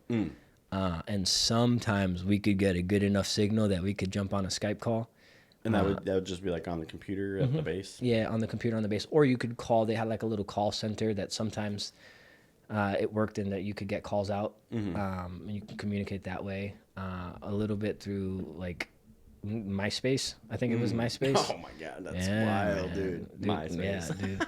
Dude, everybody had Tom. Everybody could rely on Tom. Fucking Tom, baby. There's But so yeah. many people watching this and they're like, who the fuck is Tom? Dude, yeah, guys, look it up. Tom, listen, Tom is the original ride or die. Anybody who had a MySpace had Tom on their top left friends. He was the Fab One. Yeah, fucking Tom, baby. So you're talking to people at home? Yeah, so we communicate. Yeah, communication. I got to call back to my family when I got jacked up with the IED, let them know that I was good, all of that stuff. I didn't tell you that we took our vehicle down the side of a mountain. Like on purpose? No, an up armored vehicle like a MRAP, bigger than a Humvee, significantly bigger. What happened? So we were coming back from a mission, and it was probably about 5 or 6 o'clock their time. And due to the type of sand that they have, it's so light we call it moon dust because it floats. So think of the fog that we have down here. They had moon dust that was just like that. Well, in order to get to this base that we were at, you'd have to cross over a river. Now, this river had a bridge between the two mountains, and they had like a little yellow rail about that wide to protect you from the edge. Every time we crossed this bridge, I unclipped, I got out from the inside of my truck and I stood on top of the truck. And I told my boys, dude, if we go off this bridge, I'm jumping off the top of the truck, and I'll tell your family that you guys love them. So I would tell them this. But the reason you're thinking of this is I don't want to fall. Well, but also because of the stuff because you said with your uncle, Yes. it was a situation where he... Dude, Right? that's probably why So I that's probably where that literally internal fear was came on top of my truck every time we passed this bridge. Yeah, that's interesting. And this was after all of the craziness happened to me, and they were like, hey, you can't be in the front anymore. You got too many brain injuries. We're going to move you to rear security. So now we're traveling. Put him in the back of the bus. Well, so now we're traveling this way, but I'm looking this way. Yeah. So we're leaving this base, and we're crossing this bridge that has those little yellow rails. Yeah. And I'm on top of the truck like I always am, literally going to parkour off the top of the truck to land on this thing if they decide to go over. We got to the point where I see the end of the rails. Now there's probably like 50 yards in between the end of the rails and to where it's flat ground now, like it's built up to the mountain. But in those 50 yards, we passed the rails, and then all of a sudden, we're driving backwards because I climbed back in the truck because I'm thinking we're good. All of a sudden, I get whipped like onto the side. I'm like, what the hell was that? And then all of a sudden, we get whipped again. I'm like, what the hell is that? And then all of a sudden,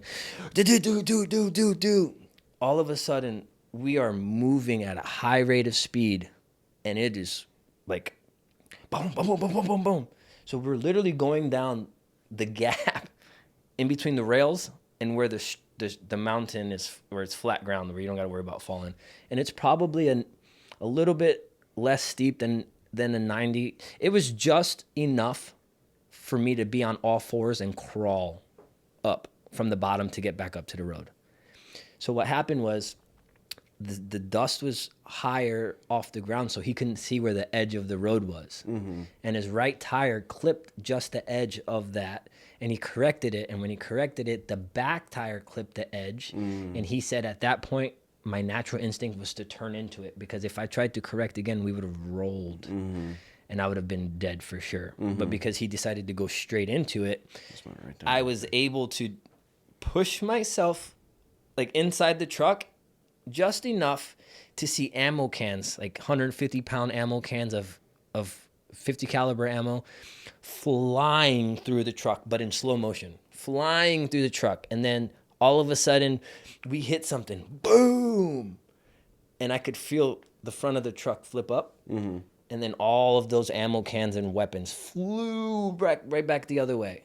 And then all of a sudden, we smashed something again. And then the ammo cans and rifles flew the opposite way. What happened was looking from the outside. We're at this hill. We start to fall, and we go about 70 feet down this hill. They had like a little rock wall that they wrapped with wire at the edge of this, at the bottom. And so what happened was the front of the truck hit that wall, and we ramped it. So we catwalked up, and then the front of the truck nosedived back, and it was, the engine block was in the sand. Yeah. Dude, it was buried, and we had to get excavator equipment to come and pull the truck out. Holy shit. Fuck a roller coaster, he said. God Yeah, damn. dude. Maybe that's why I don't like Shikra in Tampa. Bro. That's so wild, bro. So eventually you find out you're coming home. Yes. What are the feelings that you're feeling at that moment? Excitement at the time. I'm excited. I'm gonna go see my wife. At the time I got married, there was a point where I got 2 weeks. Oh yeah, we didn't even talk about that part. Okay, so there's a point where I Wrapped got up 2 in the weeks stories. in between. Yeah, there's a lot, brother. So because we were gonna be there for a year with the general, they allotted us 2 weeks of R&R, which is rest and relaxation. You pick a place, they send you there. Well, I was dating this girl, and we were planning to get married when I got back, and I was like, look, this is stupid. If we get married now, we can collect extra money, separation pay, and all of these things, since we're going to do it anyways. So we decided to get married, came back to Afghan after the 2 years to finish my deployment. So, I was eager to get back to see my wife, my family, my friends. It's a little weird, you start to miss certain things in combat. Like, maybe it's the closeness or the constant roller coaster of adrenaline dumps and holy shit, we made it. But yeah, I was excited to get back until I get, hey, ask your wife about who this person is. And I'm like, huh. So I forgot to mention, one of these times when we came back from a mission and I went to that place to contact her, every time I left on a mission, she knew when I was going and that I would call her when I got back. So she always answered the phone. This one particular time, got back from this dangerous mission, tried to call her, no answer. Immediately, I knew she was doing something wrong. Like, immediately. No physical way for me to know, but I knew. Had to deal with that. Finally get home and someone's like, hey, ask her about so-and-so. You don't have to give me any names or anything, but who told you to ask her about something? A family member of mine. Okay, all right. So when I left her, so she was a good girl, virgin until the day after our wedding night, like church, like all of these things. I put her on a pedestal, and then I get this call, hey, just check about so-and-so, which I knew this name, which I had waved to this individual via some of the Skype conversations I had with her. The thing was, I told some of my good friends of like, do not bring no dudes around her while I'm gone. That didn't work out too well. Had me waving to the dude that she was cheating on me with, and nobody would tell me. So they said that they were worried about my mental state. They didn't want me to be over there. Well, what I felt like, I just felt nobody had my back. Like I would have had other people's back. Yeah, I get it. And it's nobody's fault but hers. Yeah. But at the same time, if you're my boy, watch my back, bro. I will watch your back. Yeah, but at the same time, I can understand where they're coming from, because it's like, dude, you're already stressed the fuck out. You already have all this shit going on. The deed's already done. She's already fucking cheating on you. So it's like, what is it going to do? Well, you know what pissed me off even more? I could understand the cheat before I got blown up. Yeah. But I couldn't quite understand the cheat after you knew that I was almost dead. Yeah. That's fucked. That is just like the ultimate sign of just like, you are a fucking piece of shit. Yeah. And I don't know this girl.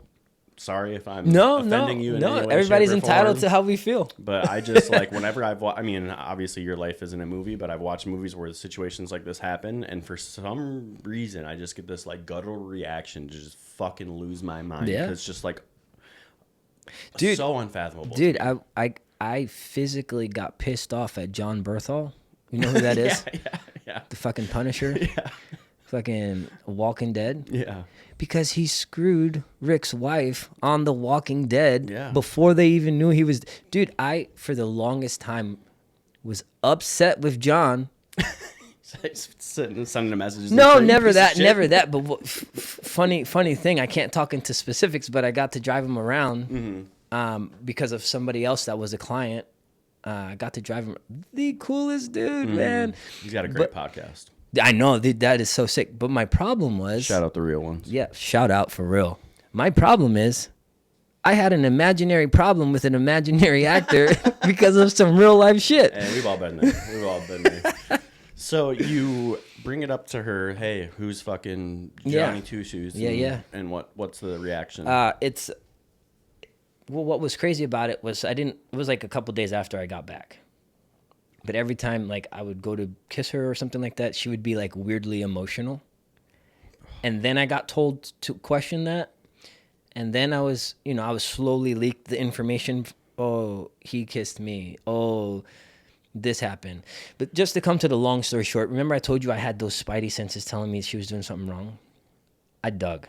Well, I'm a private investigator, so I'm like... He says my job, I dug in more interrogation form. I wasn't waterboarding her or anything, but I was definitely grilling.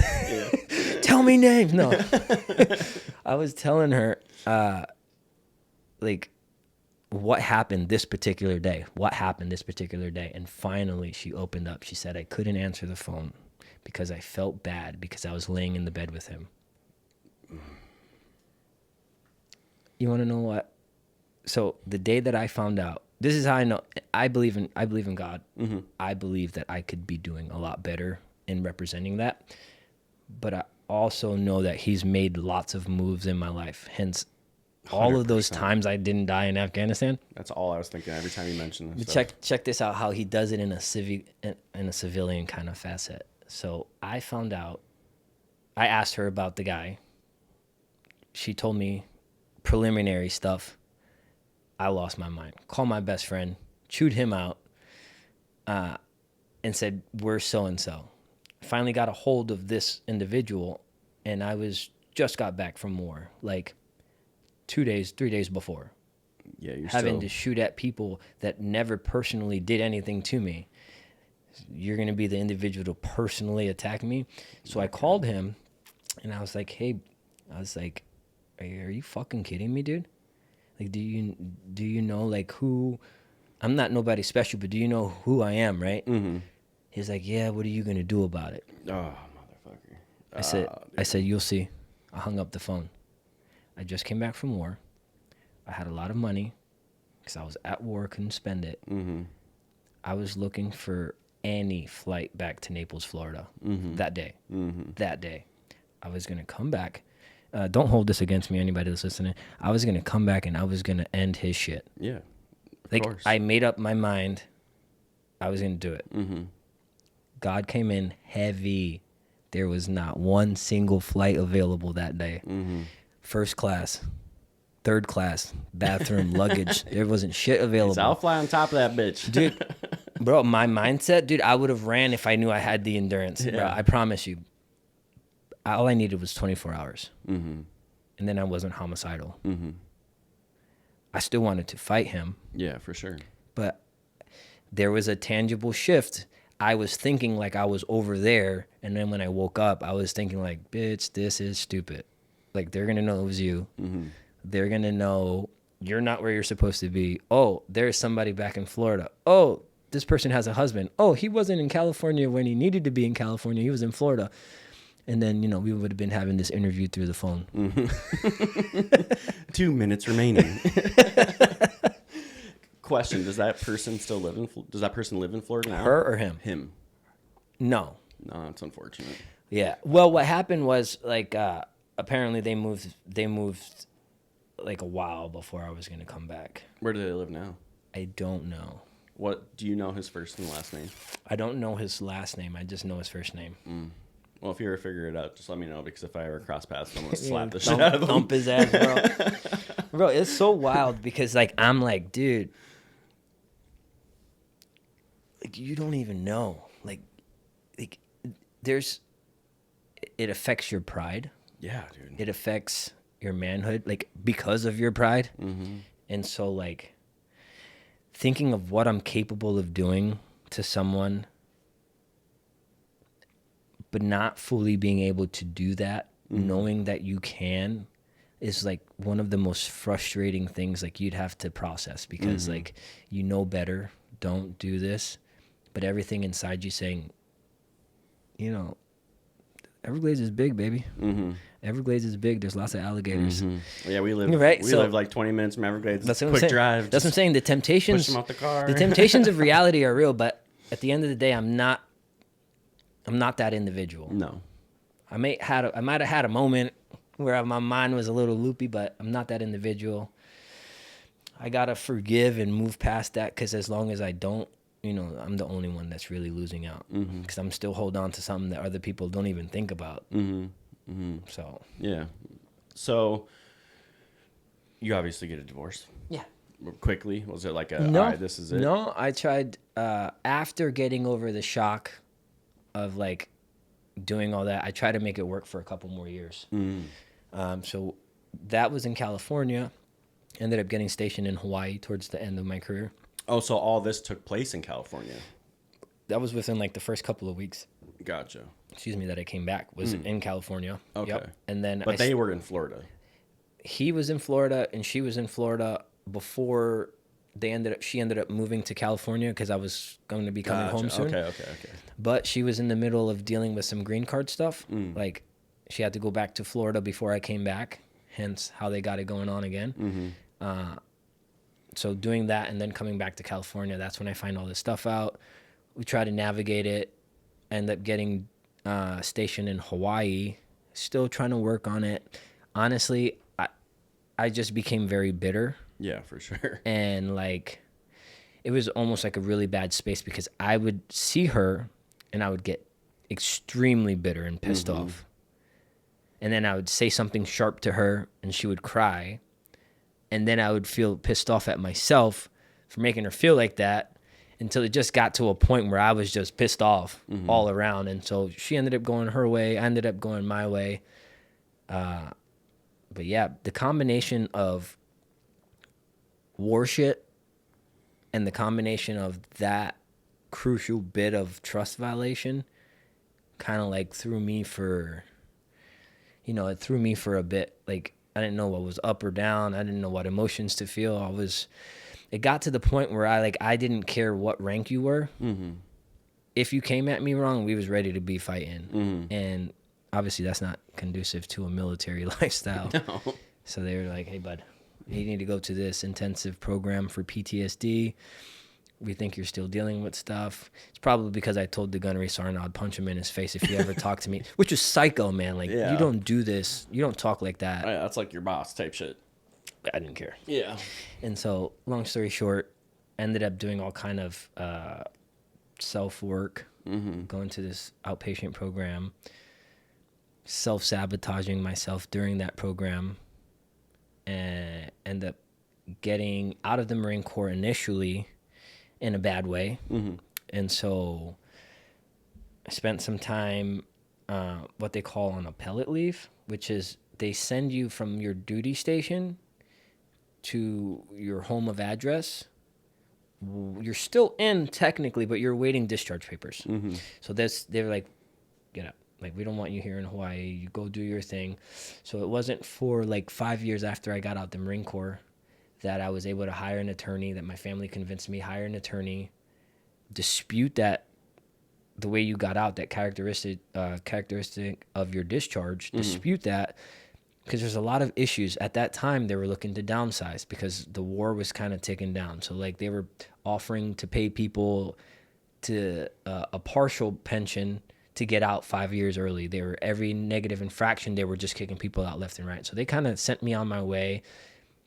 No support. Like, once you're out the Marine Corps, dude, and you're in their shit list, you're nothing. So I had to navigate life, on my own. No mission, lost, dealing with all of that shit. For 5 years, man, I kind of just did my own thing. Just got blown here, got blown there by the wind. Everything was no structure.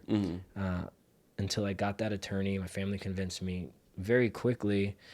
Not very quickly, but quickly, they determined that it was error on their behalf. So they overturned that discharge, gave me back all my benefits. But it was fucked up. They were like, hey, you got to go home when I was in Hawaii, but you need to turn in everything. Give us your camis, your Purple Heart that you got. Give us all your shit back. So I had to do all of that. So now I don't even have the Purple Heart that was presented to me Mm-hmm. officially over there. Mm-hmm. I can buy fake ones, but that shit don't matter. Yeah. But yeah, so they don't help you at all. And it is a struggle to get, once you get into VA, Mm-hmm. then it's another struggle. I'm fighting the VA for disability for the last couple of years because they're just keep misdiagnosing what they should be doing. And it's like, I've been doing this for 3 years with another attorney fighting the VA. Mm-hmm. So there's tons of people out there that are eating that same sandwich, dude, and there's no kind of way out. So Yeah, you hear that constantly. It seems like that's just like something that's always brought up, is how after you get done with whatever you're doing, Marines, Army, everything, that there's just no support. there's not. The only support that there is the veterans that got out. Yeah. Which brings me to the point of, I am the assistant operations officer for the Collier County Veterans Council.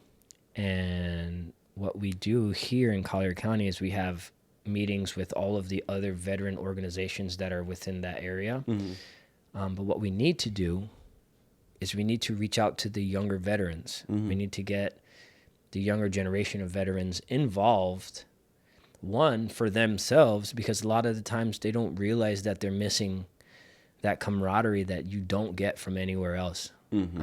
I have a buddy who has a program that gathers vets together where we can kick it, we shoot, or we do airsoft, or we do physical stuff, and you just talk Mm-hmm. with your friends. And it's just that bit of talking, it gives you that bit of therapy. Like, you can release, like, you can say anything to a veteran Mm-hmm. and know you're in a safe space. Mm-hmm. And you don't get that when you come out. You don't have that built with anybody when you get out. So it does a couple of things. It gives you a community, potentially walk you back onto another mission. And that's the issue, is guys don't have a mission when they get out. Mm-hmm. So that's my goal, dude. Like, to try to help individuals navigate getting out of the military, and not going directly to suicide. Mm-hmm. Mm-hmm. So just, there's a couple of things people can do, man. Put missions, reach out, stay in contact with your people. For those younger folk that you're trying to get in contact with, is there like a specific website, their place they should reach out to get in contact with you? Yeah, I mean, they can reach out to me directly. I'm sure we can put social media information if they want. I'm going to put everything in the description box. Okay, cool. Or you can reach out to the Collier County Veterans Council. They have a Facebook page. You can reach out there. You can ask for me through there. You can ask to speak to any member of the board through there. Yeah, man, there's so many things that need to happen quicker than later, because what tends to happen is the longer you're detached as a veteran, the harder it'll be for you to reattach. Mm-hmm. Reattach? Yeah. Yeah, reattach. Yeah. I got you. Yeah, so it's just easier, man. And I mean, we're just a group of dudes, dude, that we've been there and we done the shit, man. Just come out, talk. There's places for everybody. Yeah. I think, community is so important. It's something that I feel like I kind of got back now with this podcast, but obviously moving away from the Midwest, like I had all my friends, I had all these things, you know, and then I moved here and it's just me and Emma, and you don't realize like how much you need that support system, and You just do. like being able to just like talk to other people. Right. It's just so important. But it's crucial to life. Like, think about it. The population of people that have the longest living individuals. I was researching. I was actually watching a Netflix special. This guy determined there's a couple of, he calls them blue zones. Like, there's one in Italy, there's one in Japan. And what these places have in common, healthy eating, the community, they form these groups that they hold themselves responsible for one another, which gives people what we were talking about, a mission. If people have a mission late in their life, they're going to live a longer life. They're going to have a community. They're going to be healthier, more social, more engaged individuals. And life after the military can be no life at all, especially when shit doesn't match up to what you were doing before. I'm in here kicking doors in a terrorist-known village. You want me out here fixing your plumbing. Mm-hmm. You know, like there's such a depression that's gained from the lack of value of what one thinks they're doing. I even myself, I look back and I compare myself to like the me when I was in the Marine Corps. Like I am so far from that guy. Mm-hmm. Like it's embarrassing. Mm-hmm. Like I am not the savage that I was when I was in. Had I been the savage that I was when I was in the rest of my life, dude, I would be killing it. Mm-hmm. I'd be killing it. There's a lot of identity issues. I deal with something I don't know if you've heard, it's called imposter syndrome. Oh yeah. Dude, that shit gets me, bro. I feel like I'm a phony Mm-hmm. around peers that know the same things that I know, but no matter what, I still feel like a phony. I'm gonna be found out. Mm-hmm. And that in itself, I didn't even have that type of fear when I was in Afghanistan. Mm-hmm. You know, I'm scared to talk in front of people, but I'm not scared to go to war. Like what? Shit's backwards, man. Yeah, that's just very interesting to think about, honestly. There's a lot to go into there. There's one thing that we didn't touch on that I definitely want to touch on is the start of your business. How did that come to fruition? The security? Yeah. So I have a buddy. His name is Cheyenne. Mm-hmm. Oh, shout out to Cheyenne. We'll do a little song. Yeah, but keep going. Shout out to him. He said he'd kill me if I didn't give him a shout out. Shout out Cheyenne. Yeah. He's recon. He's recon in the Marine Corps. He's a bad boy. When he got out of the military, you know, like most of us struggled with what am I going to do? He got into diving. And when I say diving, I don't mean like recreational diving. I mean like diving the bottoms of the rich people's yachts, maintaining them, cleaning them. He's like, dude, it's so peaceful. Mm-hmm. I did it. I got into it, did it for somebody. I could do this. It could be my own business. I started my own company, diving. Mm-hmm. It's called Clean Marine.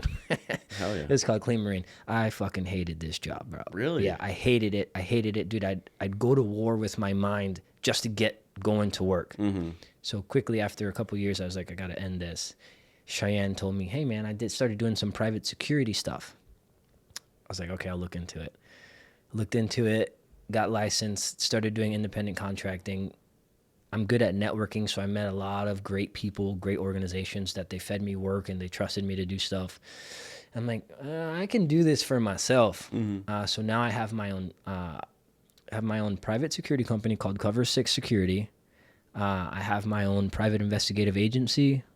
It's called Cover 6 Investigations. And because I had rotator's cuff surgery due to my shoulder healing wrong from that explosion that I was telling you guys about, I'm out for 6 months of work, of physical EP security stuff. So I figured, what can I do? I can't just pivot and stay in the same spot. I need to do something.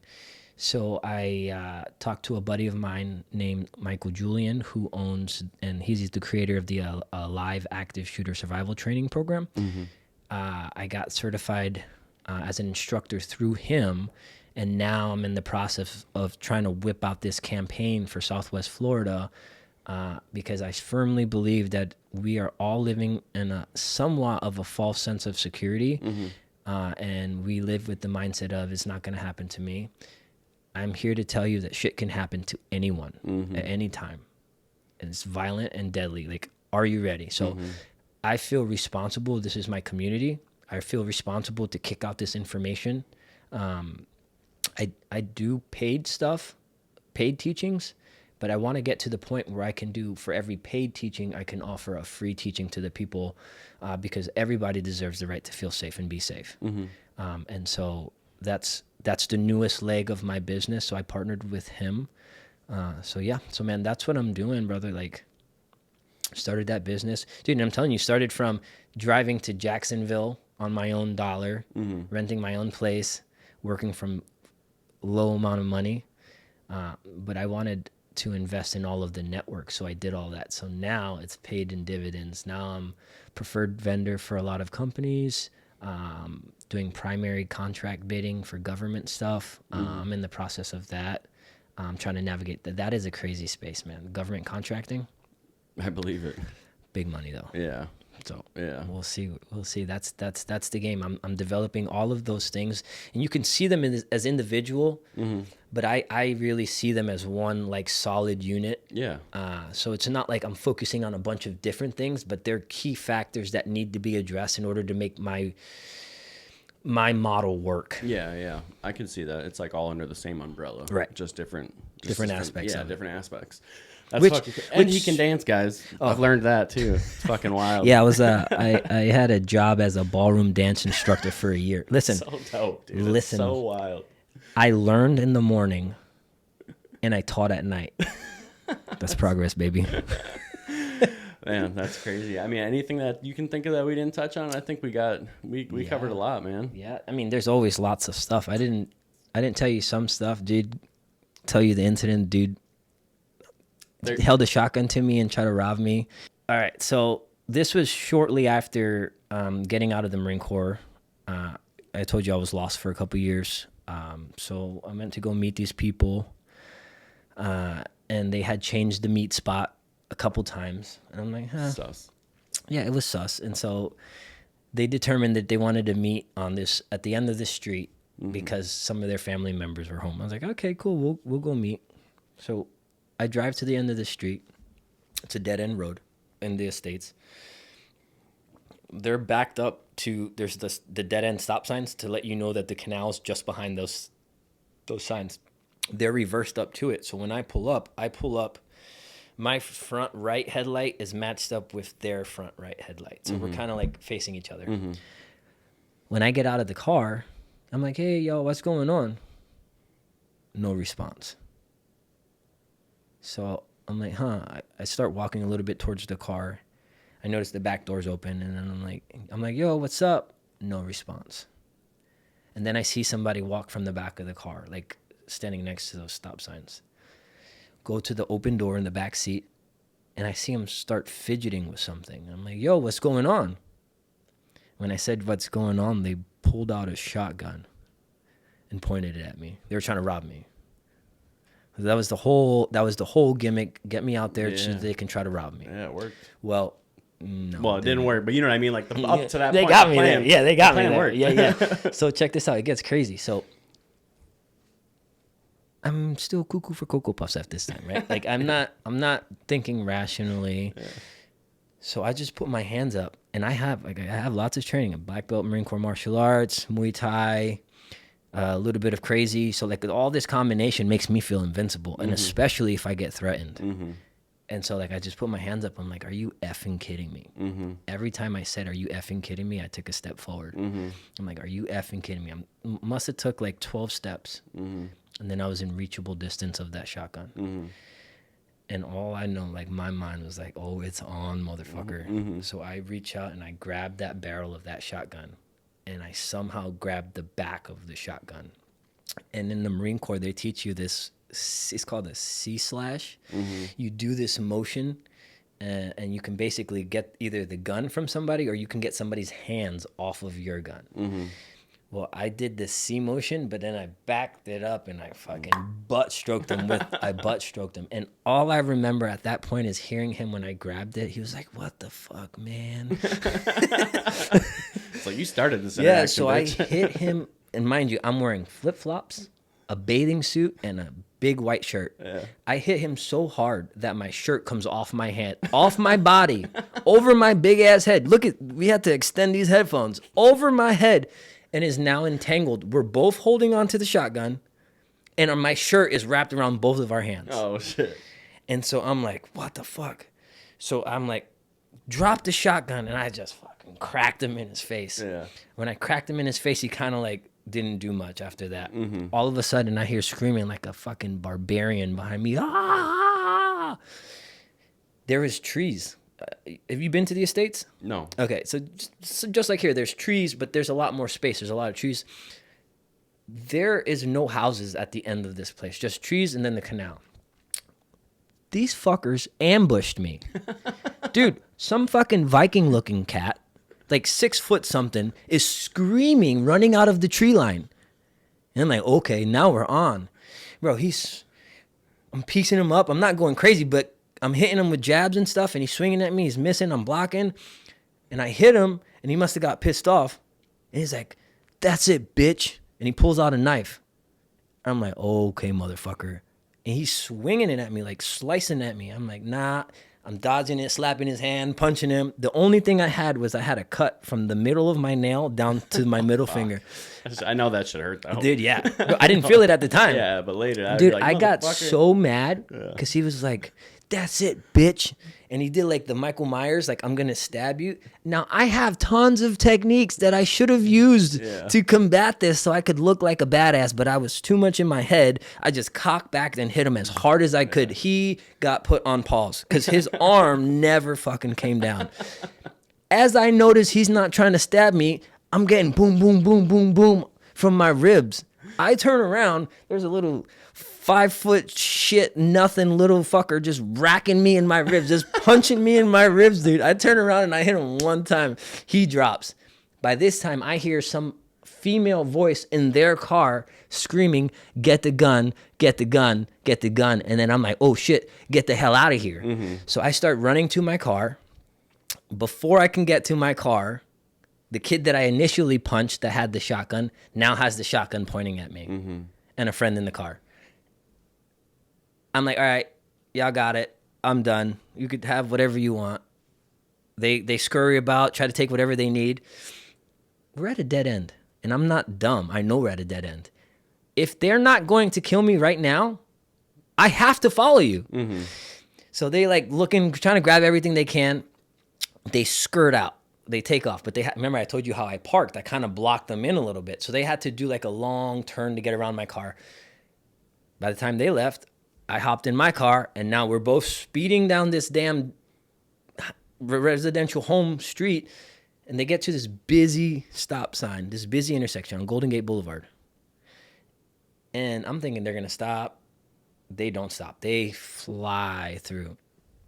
What are the odds? Before I can get to the stop sign, as soon as they flew through the first lane, there was a cop right there, lit their asses up. Bro, immediately, bro. I'm talking about they hit the stop sign, they drive through the 2 lanes that are going this way, and before they can get through the other 2 lanes, the cop's lights are on. And so I'm like, motherfuckers. And so I'm like, all right, go back, see if they threw any of my stuff on the floor that I can find. I didn't have my shoes on, I didn't have my shirt. I go back, I got rocks embedded into my feet, find my flip-flops, find the keys, find like stuff that fell off my keys. And then I'm like debating, do it, because they didn't stop. I watched them not stop and go down this long road. But I see the cop lights off in the distance on the treetops, so that means they probably got them to stop at the end. So I'm debating to myself, do I go drive by so I can see who the fuck was in this car? Because it was dark. I didn't know who it was. Yeah. And so I go.